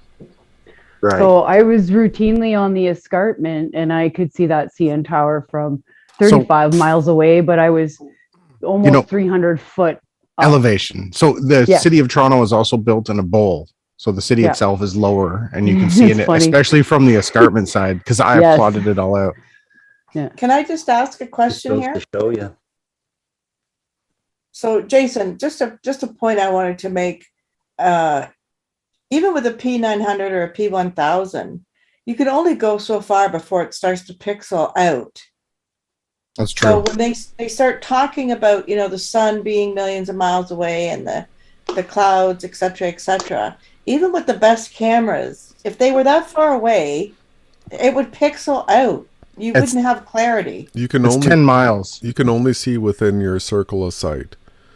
Thank you. Okay. I just wanted to be clear about that. And the simulation actually would demand that things would get despotized and fuzzy on small scales. This is a proof for simulation, right? If we lived in a physical realm, everything would be solid and distances would be easily calculable. So what they've said is the errors that we do find tend towards us being in a virtual realm. Okay. I just wanted to make sure I was clear on that point. So I'll keep going here, but we can jump ahead. We'll go wherever y'all want.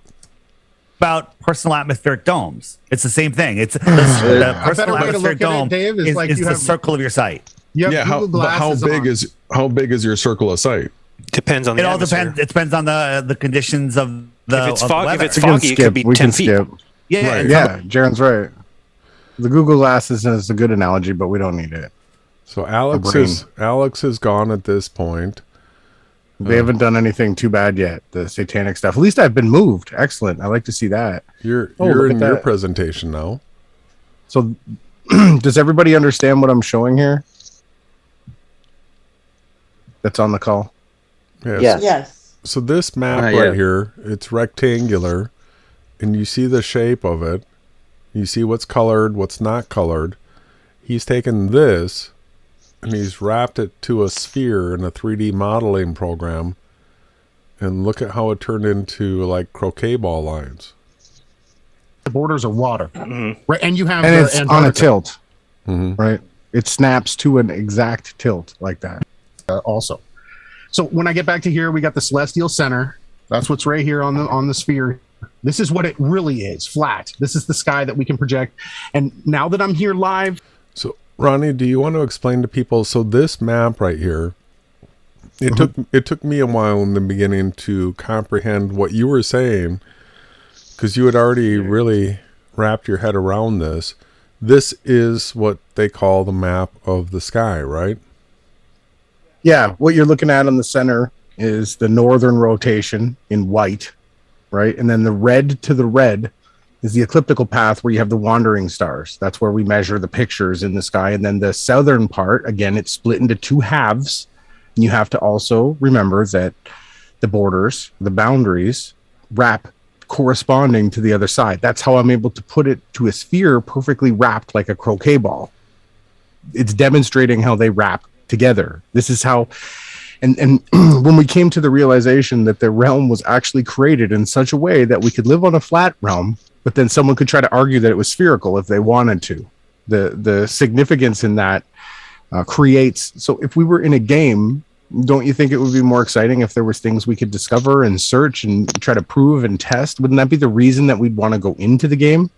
But anyways, when we realized that it either had to be flat or a sphere, this was the only map that worked. And this is the one that expresses, like I had said, the center white area. You have your northern rotation. That's where you see the Big Dipper wrapping around the North Star, Polaris. And then down at the bottom, you have the southern part where you have the southern crux, and it goes clockwise around the bottom part, and it goes counterclockwise in the north, right? That's it right there. So then Ronnie goes on to describe how a flight would look. And so something to be excited about. Unfortunately. He drew straight lines on a flat map using our stereographic map, and then he wrapped it and then projected Can you go to where I was showing the asteroids part? That's because I know pressed for time a little bit. I just wanted to see if I got that meme up. What asteroid part? Nobody mentioned anything about the meme. When I was screen sharing the website, I think it was before this, when I had the asteroids thing up. I just want to see it there. Can you make that larger? No, what? So let's just not there. Just before that, did they they hide it? I don't want to see if they showed it. Where's the asteroid section? Right there. There. Okay, look at that. Can you zoom in on that meme that I put on the side? See, ladies and gentlemen, that you guys were all tuned in and you're seeing the big fight going on. There's so many things that happened that you guys would never really see. I just wanted to point this one out. Look at the pyramid, the wake souls ripping out the all-seeing eye. And so then we got gross. What do you mean? What? This is our anthem. I know, but and then below that it says treason's greetings, and you got good old Boris. 'Tis the season to be jolly careful, right? And unfortunately, I had another one on the other side. Oh, on the other side, it said, "You're more likely to see this. It's a flying cow from a plane window than me surveys it up." But yeah, I just wanted to point out that all-seeing eye getting ripped out of the pyramid. You can actually. Hey, I'm with Shan. That's a little bit gory. You can actually see Jaron looking at it right there, right? Do you know what team you're on, Seth? Oh yeah, Team Yahawahashai. You got it. We ain't afraid to rip out the top of that. No, I'm obviously not. I'm glad that got into the podcast. I think Jaron was probably worried. I wasn't going to troll him. I wasn't going to take it too far. That's all I put in there. Now, once we jump ahead, that's when Alex started playing. Now we got the super satanic content. Yeah, Alex puts up the demonic stuff, and Kelsey wearing what is she doing? Yeah, what is she doing? I don't know. So why even show up? The sun speeds are actually, you're getting more daylight. Wow. So when I'm talking about sun speeds, this is what they're doing. Because the and sun you speeds. think Jaron doesn't see this? Come on, guys. Jaron sees exactly what they're doing. But so what we were trying to explain to people throughout the whole entire night is that the sun speeds, they destroy the AE map. And basically, the sun is the only thing that we can truly all measure together to prove what the realm actually is like. And Jason's got it on the screen, and this is what they put up. Wow. Because they couldn't debunk it. That's just straight truth. Just prior to this, you could see what appeared Alex and Kelsey texting each other. So I think they were staging this. Yep, signal. Time to distract. Yeah, I haven't had a chance to go through and really dissect it. We probably still will do more. You know what was funny is I started playing footage from David Weiss's channel, and he got upset with me. Yeah, play that part. Oh, that's funny. He's like, you keep on sharing stuff from my channel. This is where Eero's like big debunk. But you're saying the clouds are on the horizon? Yeah, they're they're within a circle of sight, but the entire cloud is still beyond the vanishing point. It's the same as the Mall Angel video, Eeru. You need to watch the Mall Angel video. Yeah, we'll cover all that. But what else do we have here? Is there anything else that anybody wants to talk about as far as what took place from this point out? Oh, it got a lot worse, Jason. Well, what is we leave? Did you guys happen to tune into the show after you guys were asked to leave? We heard a bit at the end when they were talking about astrological stuff or whatever. They took off their masks and started talking. Did they? I got to listen back to it. Yeah, you should give it a ear. You should see. I was just that Spanish guy. I guess he was stuck on seeing how the sun come down from the clouds and how he was talking about the clouds on the water, and he was, I guess, his misunderstanding. They were using that as a to like discredit and mock you guys pretty much. Yeah, I don't understand that argument at all. All right, so here's what Eero was doing. Now, Eeru is part of that team, and he took my footage. This is the Flat Earth Sunrise compilation in St. Martin. This is the first video on my channel. It's not published right now. This was May 4th, 2016, but it was published, and he took this and he used it in the Flat Earth, and he used it in the Flat Earth International Conference. So I just that sunlight blending in. So I just want to point out, this was my first time recording with the P900. I had bought it the day before, and I was using autofocus. So I don't use autofocus anymore, but I was then. So it's not as clear as some of my current footage, but you can clearly see here that on the water. We have the sun coming up and a cloud right in front of it down here at its base. Right, so I just want to make sure everybody can see this. I'm going to hit play on this.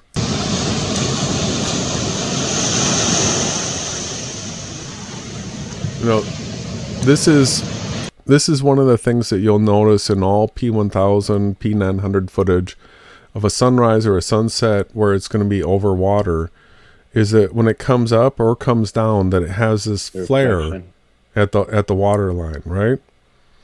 So you can see right now that there is clouds in front of the sun right at the water line.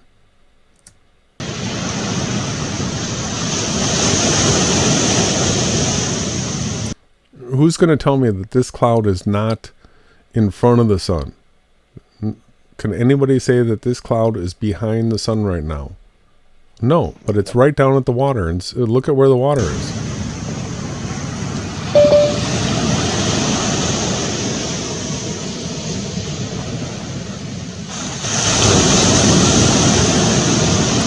So the exposure changed. Now the sun's completely up, and you're going to still see that same cloud after this.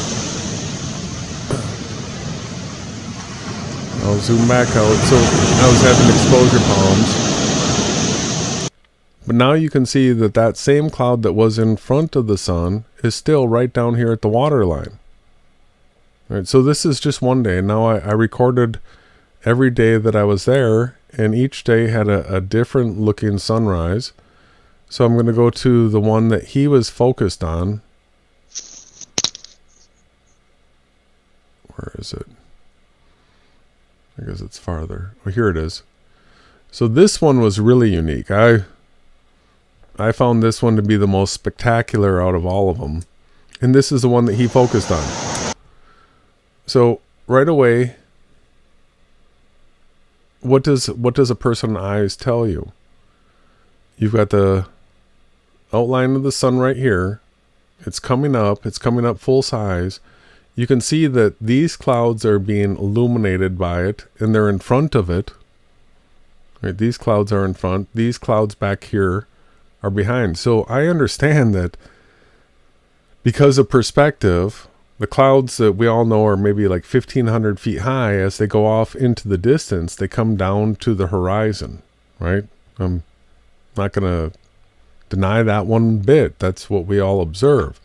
But what are we watching right here? We're watching the sun come up in between clouds, where we have clouds in front of and behind the sun. So let's watch this come up.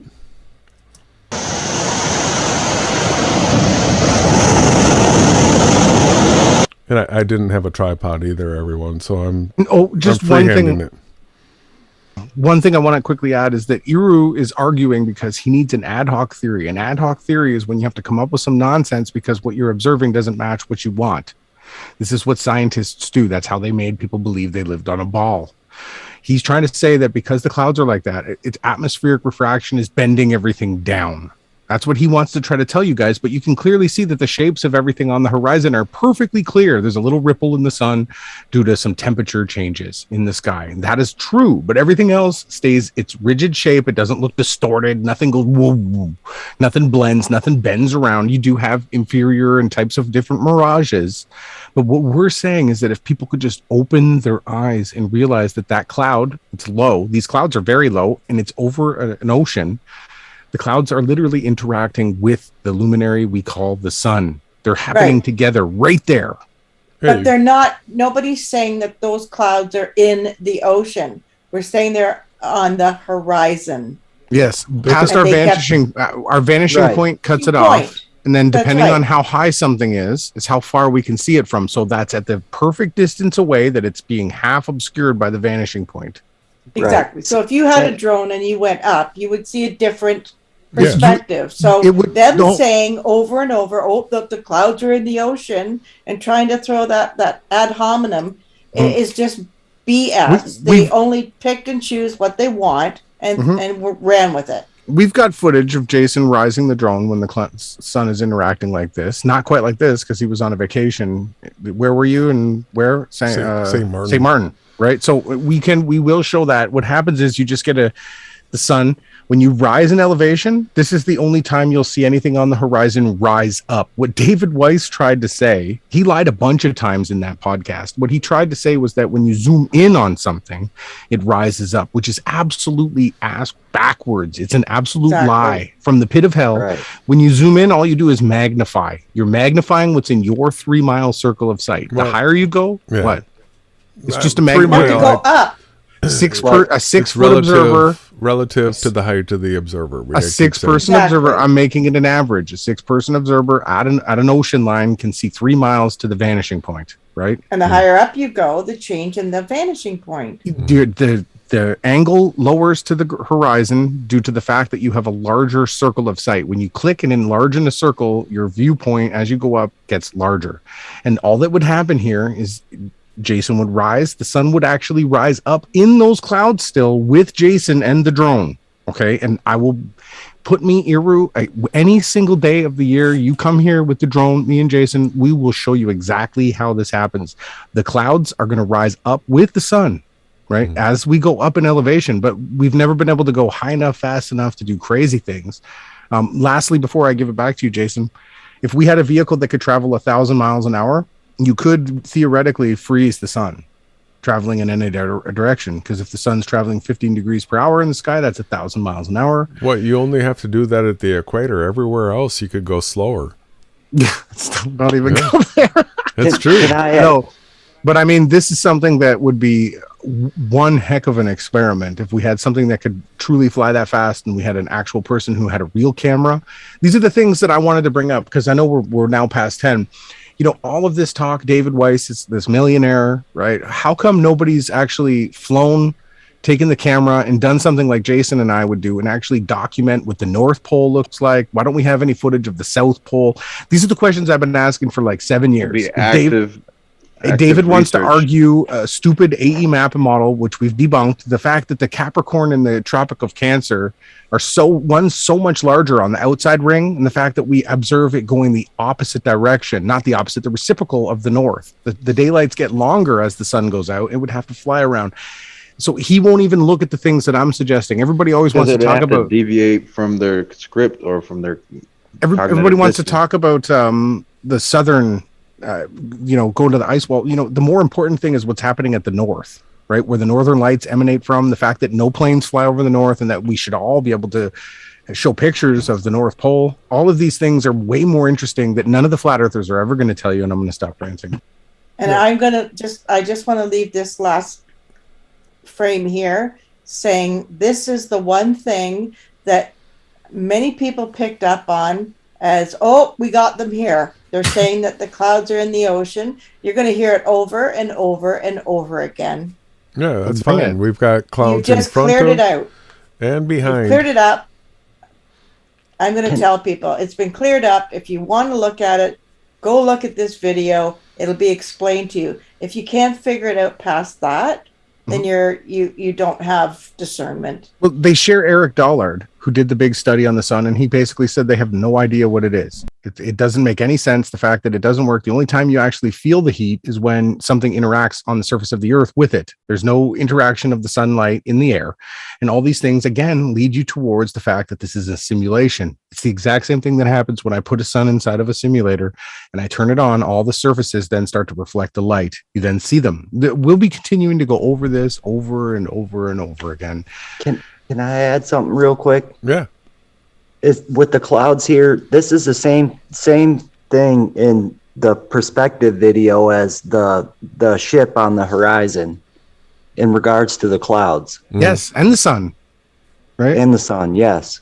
Same thing. It's the way that it's set. Depending on your altitude, that's where your sun's going to rise. If you rise up in altitude, the sun's going to push back further away. And so too with those clouds. And everywhere on Earth, the same thing happens.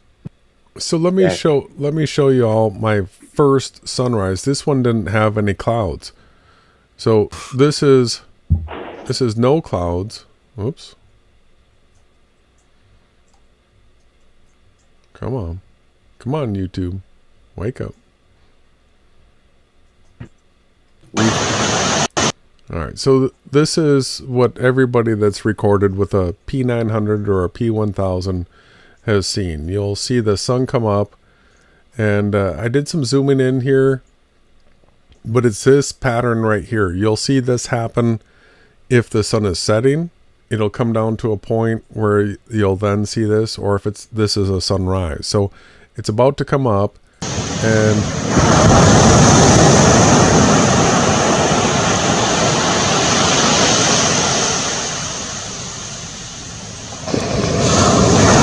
that is the exact same pattern that you'll see in everybody's footage. Now, sometimes you'll see a green flash as well.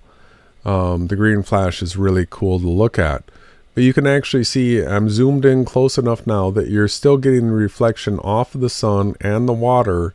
This is out at the maximum distance that we can see to the horizon right here.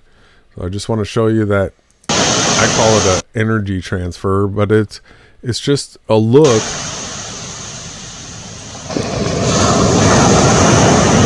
That's a very common pattern that you can see anywhere. I've got a whole bunch of other, people go have fun. Just type in Nikon P1000, local sun. Here's another video. There's so much evidence, you guys. I was showing Durst's videos of what we keep saying is that if something's real and it's true, you don't need to be a flat earther to find the evidence. It's everywhere, right? This is what we can conclude, that the truth is the truth is the truth. If there's only one 24-hour, everywhere, it doesn't matter who you are, what you think. If you pull your camera out and you film the sky, you're going to see the truth. If you have an objective like Iru and Dave, if you're monetarily gaining off something, you have to fit the narrative so that you can gain. When the truth is just the truth, this is what you see. And there's an abundance of evidence. And they're not flat earthers, you guys. Well, I guess more and more I'm getting closer to going to the back room and taking down my Gleason map. It's a squished globe. Look at that. You can clearly see this guy isn't on our team. This guy isn't on our team. Look, you can clearly see there's clouds behind the sun. Skyscraper 369, 187 subs, 182 views. He published this August 29th, 2019. It's the same thing that everybody gets. Dave has footage like this on his own channel. Mm-hmm. And Iru said, I can make that happen in a Mother League program with, what did he say? Refraction. And I said, get away from me with that nonsense, you guys. This is what your eye sees. There's no refraction going on. This just it debunks the fact that they're saying there's a sun outside of a dome being projected in, because it would have to be being projected from the inside of the sun into the middle of the clouds. Look at it. Look. It's going to go through that bank of clouds there and come out the bottom, everybody. Yeah, and we've been saying this over and over. This isn't our footage. This is somebody else, you guys. We filmed it, both of us, multiple times. But look, this is just a random search for P1000 sunset sunrise footage. Look what Jason's pulled up. Like I said, the sun comes down, the top of the clouds light up. It goes into the middle of the clouds and then lights up the bottom of the clouds. There's no other way for that to happen unless the sun went through those clouds. I'll continue to say this over and over again. A 5-year-old advanced child could understand this. How is it that we're in a group of adults who are individually intelligent truth seekers not understand what we're showing them? This is very easy, basic. Well, and I think to your credit as well, Ronnie and Jason, you film yourselves filming so that nobody can say it's CGI. You actually literally film yourself filming what you're watching. But there's so much other footage out there too to back it up. And then we keep on telling everybody, get the P900, get a P1000, go out there and record yourself. Everybody, I just literally got one last week. Nice. I haven't had a chance. Yeah. So get into it. Do the recording. You're going to be able to back this up. We've told other people. And the very first backed it up. The very first time they went out and recorded, they ended up getting the same results. Multiple people. There was like 4 or 5. Credit is due. It's the creator gets all glory. He built this place. We're just explaining to you guys what we found through deductive reasoning, personal observations, right, and through retesting over and over again. That's why we say it can't be debunked. We ain't up here all egotistical. Jason and I each defeat the ego.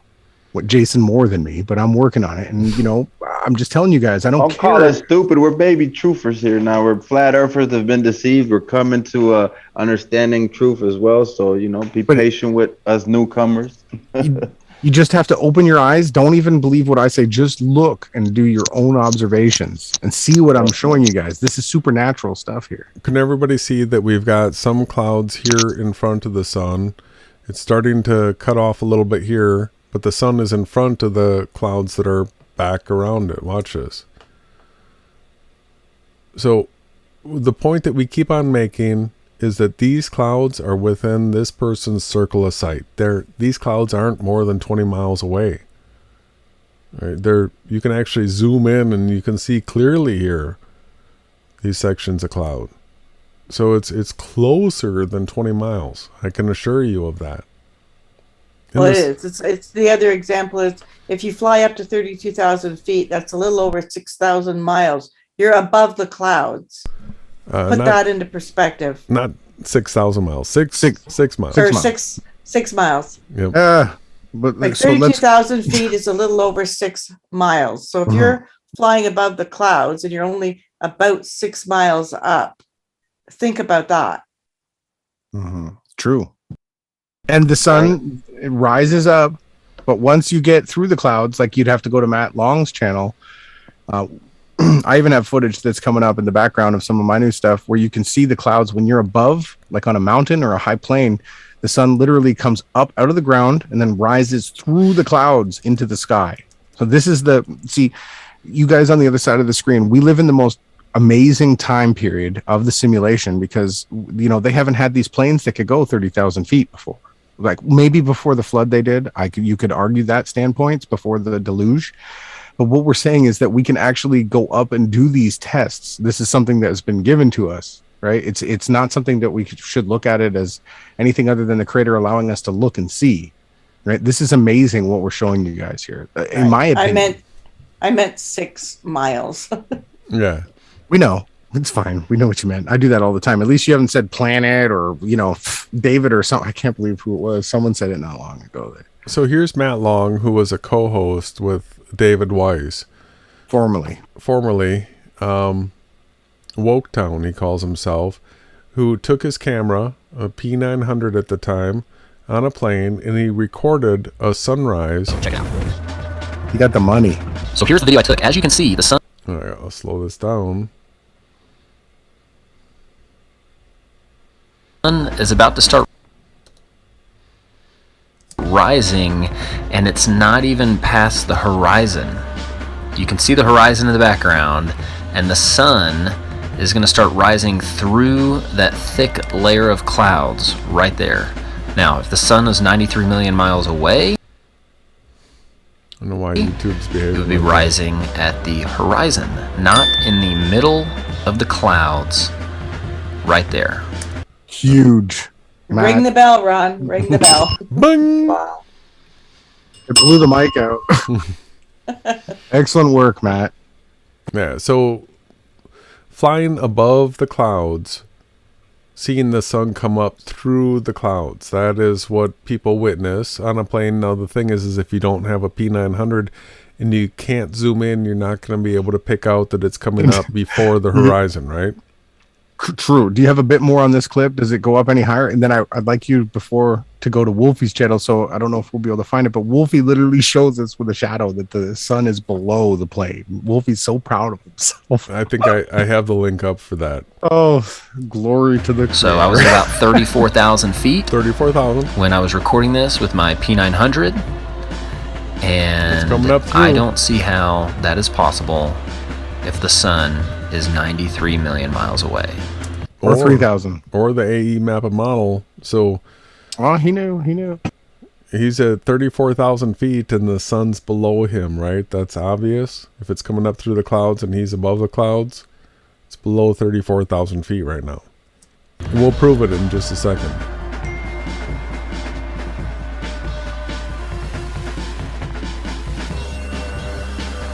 Great footage. See it coming up through the cloud layer? So how is this possible? It's re-rising, you guys. Look, pause it. Well, This right here is Iru effing Landucci's.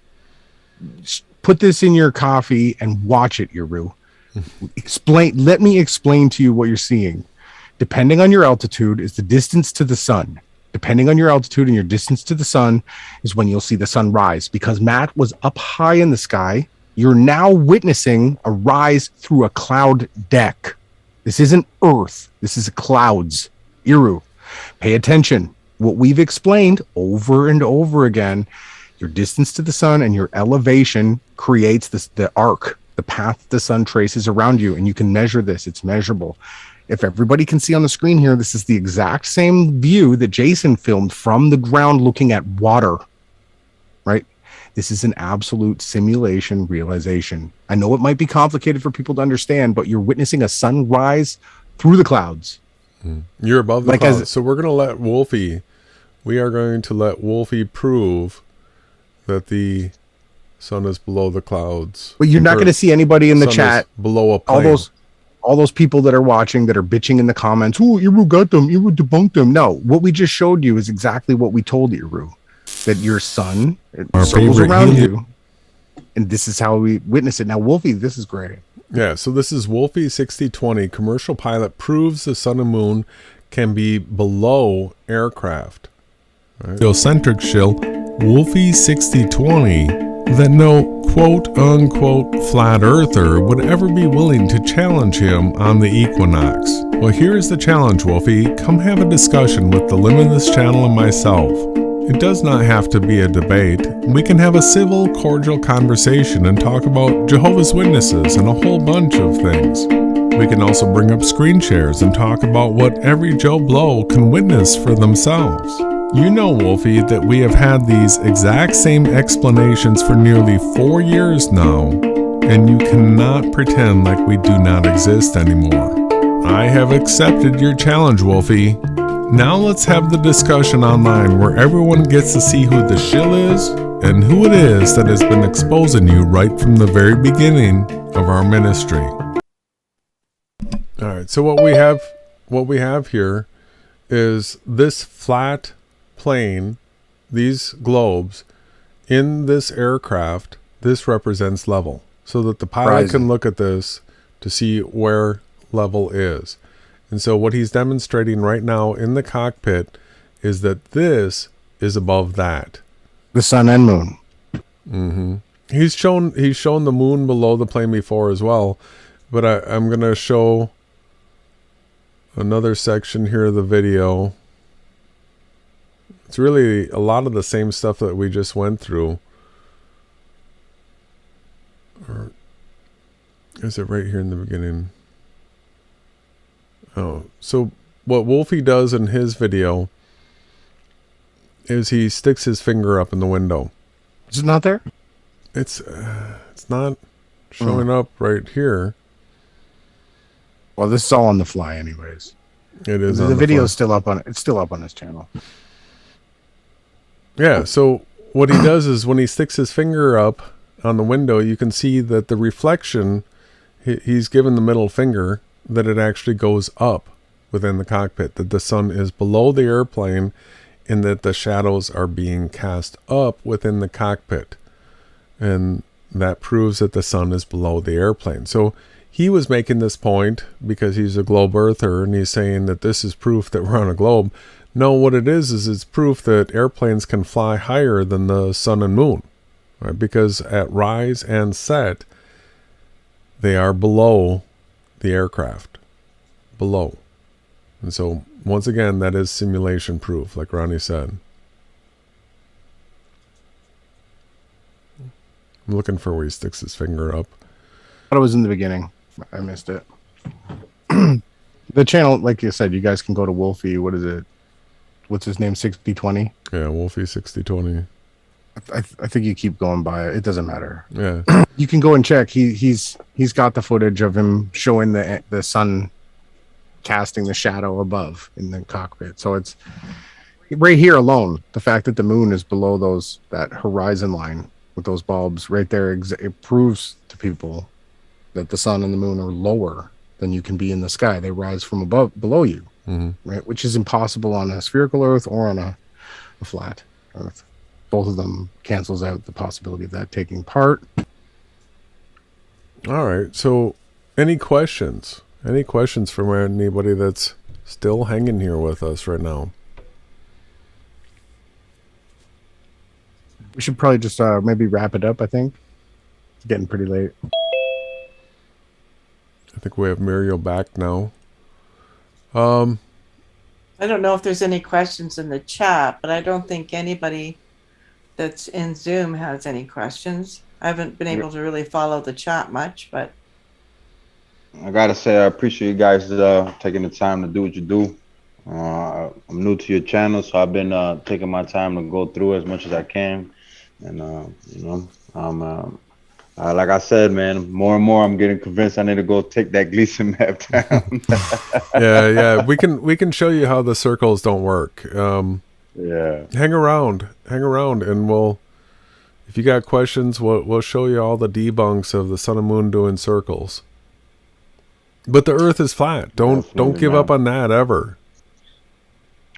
Nah, definitely. I've been since 2015. I done came to this, and I've been down a lot of avenues and just keep on searching. I thought I had it good right now, and you know, I'm reevaluating. You got to be malleable. Always, I'm always open and objective. So whatever I can be exposed to, you know, have a discernment and pray on it, and really try to get the best chance at discovering truth. So I'm open, and you know, I'm never giving up. So it's my passion, it's my natural hunger. So, you know, that's why I respect you guys. I appreciate your passion and your time and your content, and you know, just stay rooted in the beautiful truth, man.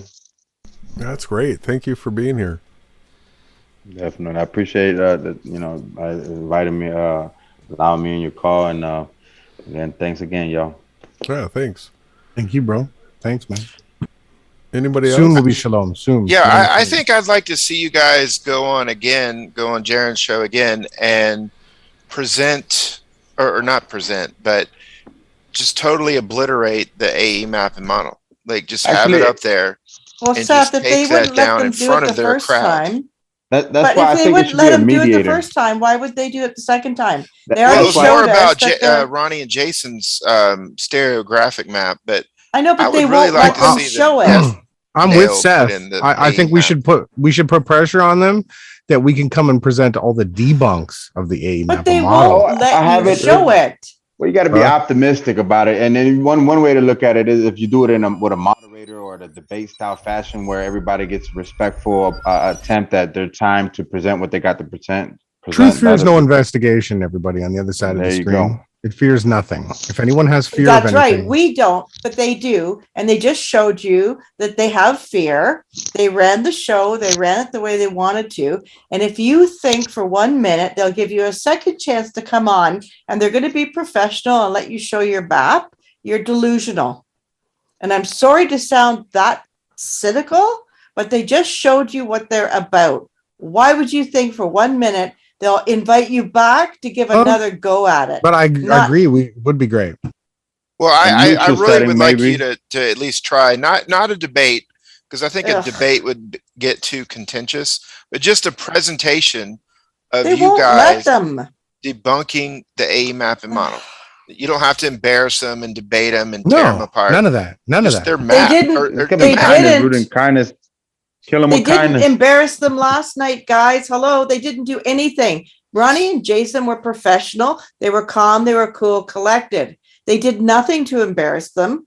There was no reason for Jaren to allow that show to go way off kilter like it did. And he's not going to, why would he, what makes you think that he would have them back and do it differently? Really, I'm asking a serious question. What part isn't anybody getting? They don't want the truth. And if they didn't let them have their opportunity to show their map last night, why would they let them show it next week or the week after? Why? That's true. No, I agree. Well- And there was a point in it where I think it was Jason said that, you know, we're not presenting debunking the AE map, we're trying to show our map. And I think they were kind of trying to troll you guys right there a little bit. Yeah, totally. Well, I watched the whole thing and Ronnie and Jason couldn't watch what was going on. I watched it. I was in the chat. I saw what was going on, and they did it intentionally, and they have no desire whatsoever to get to the truth. They have nothing They just wanted to make in a mockery, common. it seemed. Body They language wanted to speaks make a a lot. mockery of it. They wanted to bring them on, and I'm glad they did, because we were able to show some facts and some evidence. But if you think you're going to get anything more out of Jaron or Dirth than that, then you're smoking something. Well, we might be doing that. One thing, another thing I noticed in the chat was the collection of shills that they have with blue wrenches next to their name. I mean, Tons of them. You got Pat. Well, how do you think it felt for me to be in there all by myself, Seth, trying to fight for this team? And why in the world and not get kicked out, but still be able to give intelligent responses, to try and answer, to try and debunk all by myself. So maybe I'm a little jaded at the moment, but I was a sole soldier in there fighting last night, just to let Ronnie and Jason speak, begging Jaron, begging David to please stop the nonsense with the visuals and have a civilized conversation like they had agreed to, and was totally ignored. So, my final thing is that to understand the reality that we share, you really do need to be founded in the 4 fundamental truths that we share. They're in the description box. You should probably read them. And unless you have a base reality in the truth with the scriptures, the creator, you're not gonna get far with us. Now, also, Dave also threw out a weird lie about Pat Steer. I don't know if anyone noticed it. Villiard. Oh yeah. Villiard did, and he mentioned that it was him who discussed Pat doing interviews. When we've been playing over and over again, it was Mark Sargent and his buddy, I think his name was Jonathan, who was just, wow, if you guys do the research on that guy. They were the ones who brought Pat in and said, you're going to be able to interview anybody. They made big jokes like she was a CIA agent, and they hid all the information real good. And David Weiss, he lied a bunch of times, you guys. We haven't even gone through it. Oh, what a tangled web we weave when first we set out to deceive. That's who you're playing with. It's true. That's the last I'm going to say. And I'm sorry. I'm sorry to everybody in the audience that was subjected to them playing the demonic stuff. Right? I'm sorry. And I pray that in the Father's name, Yahawahashai, that you're all protected. It has no effect over us anyways. They can do whatever they want. It's a joke. I had to do a lot of praying because some of the stuff you didn't show it tonight, and I'm very grateful that you didn't. But some of the stuff they were playing was really, really demonic and intentional. And I'm really happy that you and Jason didn't share it, because I had to do some praying last night. Not that I fear the devil, because he has no. They flee. They're the cowards. They're the cowards. The demons are bitch cowards. The only way they can prey on you is if you're scared of them, right? You fear the one who has the keys to life and death, not to anything that can harm you in this world. Nothing can harm you. But I didn't appreciate that they were doing it to people who don't have a strong enough faith that get sucked into that, and that's exactly what they do. Those are the people I prayed for after that podcast last night. The target audience. All right, everyone. Well, I appreciate everybody who joined tonight. We're going to play this out. Everybody, please mute. If you want to hang on, we can do some after show after this as well. Everybody want to say goodbye, and we thank you all for showing up. Yes, thanks. Yeah. I hope everybody, I know I'm so passionate tonight, but it was a really hard night for me to get through. And I was super disappointed that they didn't live up to their end of the bargain. But I am really, really happy with the job that Ron and Jason did. So please forgive me if I seem to be a little bit over the top. Like Ron gets it, honestly. Just leave it at that. Nah, you're fine. You're fine. No, definitely. Well, I'll hang around. I got a few questions. I wouldn't mind having after show talk. Sounds good, everyone. Ronnie, where did everybody hear this? Only on the Yahawahashai News Network.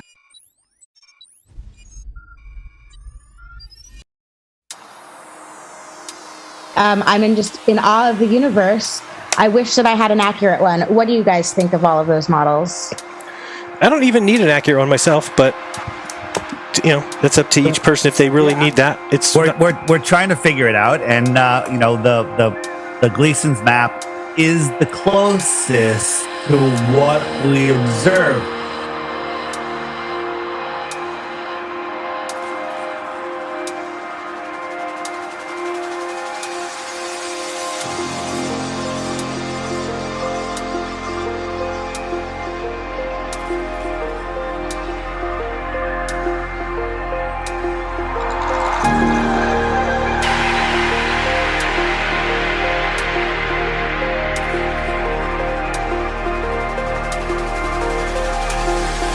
Could it be something else? Very possible.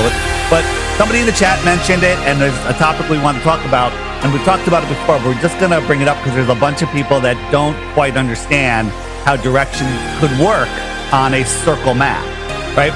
So like if you believe the map, if the world map was a rectangle, up is north, down is south, east is right or left, west is right or left, how does that work? How do you end up when you on the bottom? Oh, sorry. It doesn't work. So on the flat map, on the circle map, we have our magnet.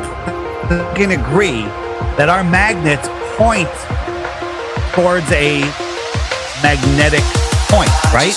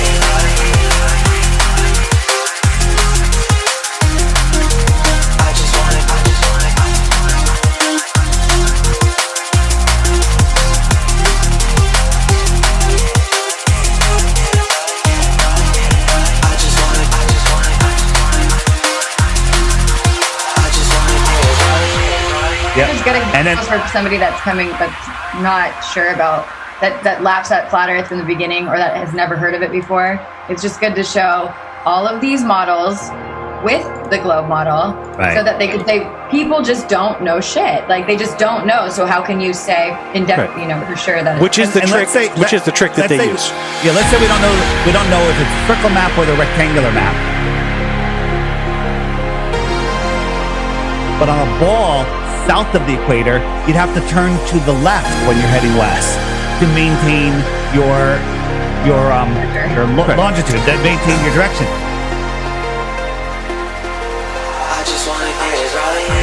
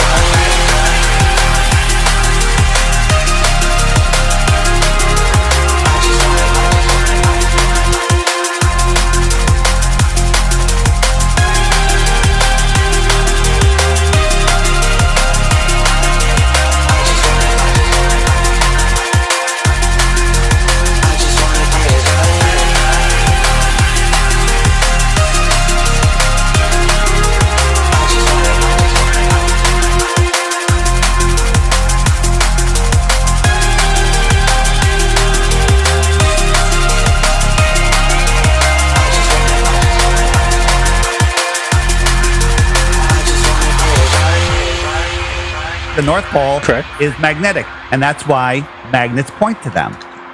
Right? Correct. So if let's say all of us were right at the North Pole and we all had our backs to each other and we all walked out 10 paces in different opposite directions, all of those directions are south. Correct. Okay. Now that's the same on a globe also. If we were all on a globe and we had our back to the center and we all walked away, we're all walking south and we'll end up in Antarctica. On a flat map, it's the same thing. South is, by definition, the opposite direction of north. Okay. So when okay, go ahead. Yeah. So go ahead. You want to? I'll continue, but you go first. No, I just have this question about east and west being circles because I still think that people think that's a concept that Flat Earth introduced when it's the way that the world works anyway. Right. And anyone that doesn't understand that, get a globe, get a ball. Want me to bring up Google Earth? Yes, please. Okay. Well, no. We've seen that. I want people to do it with a physical globe.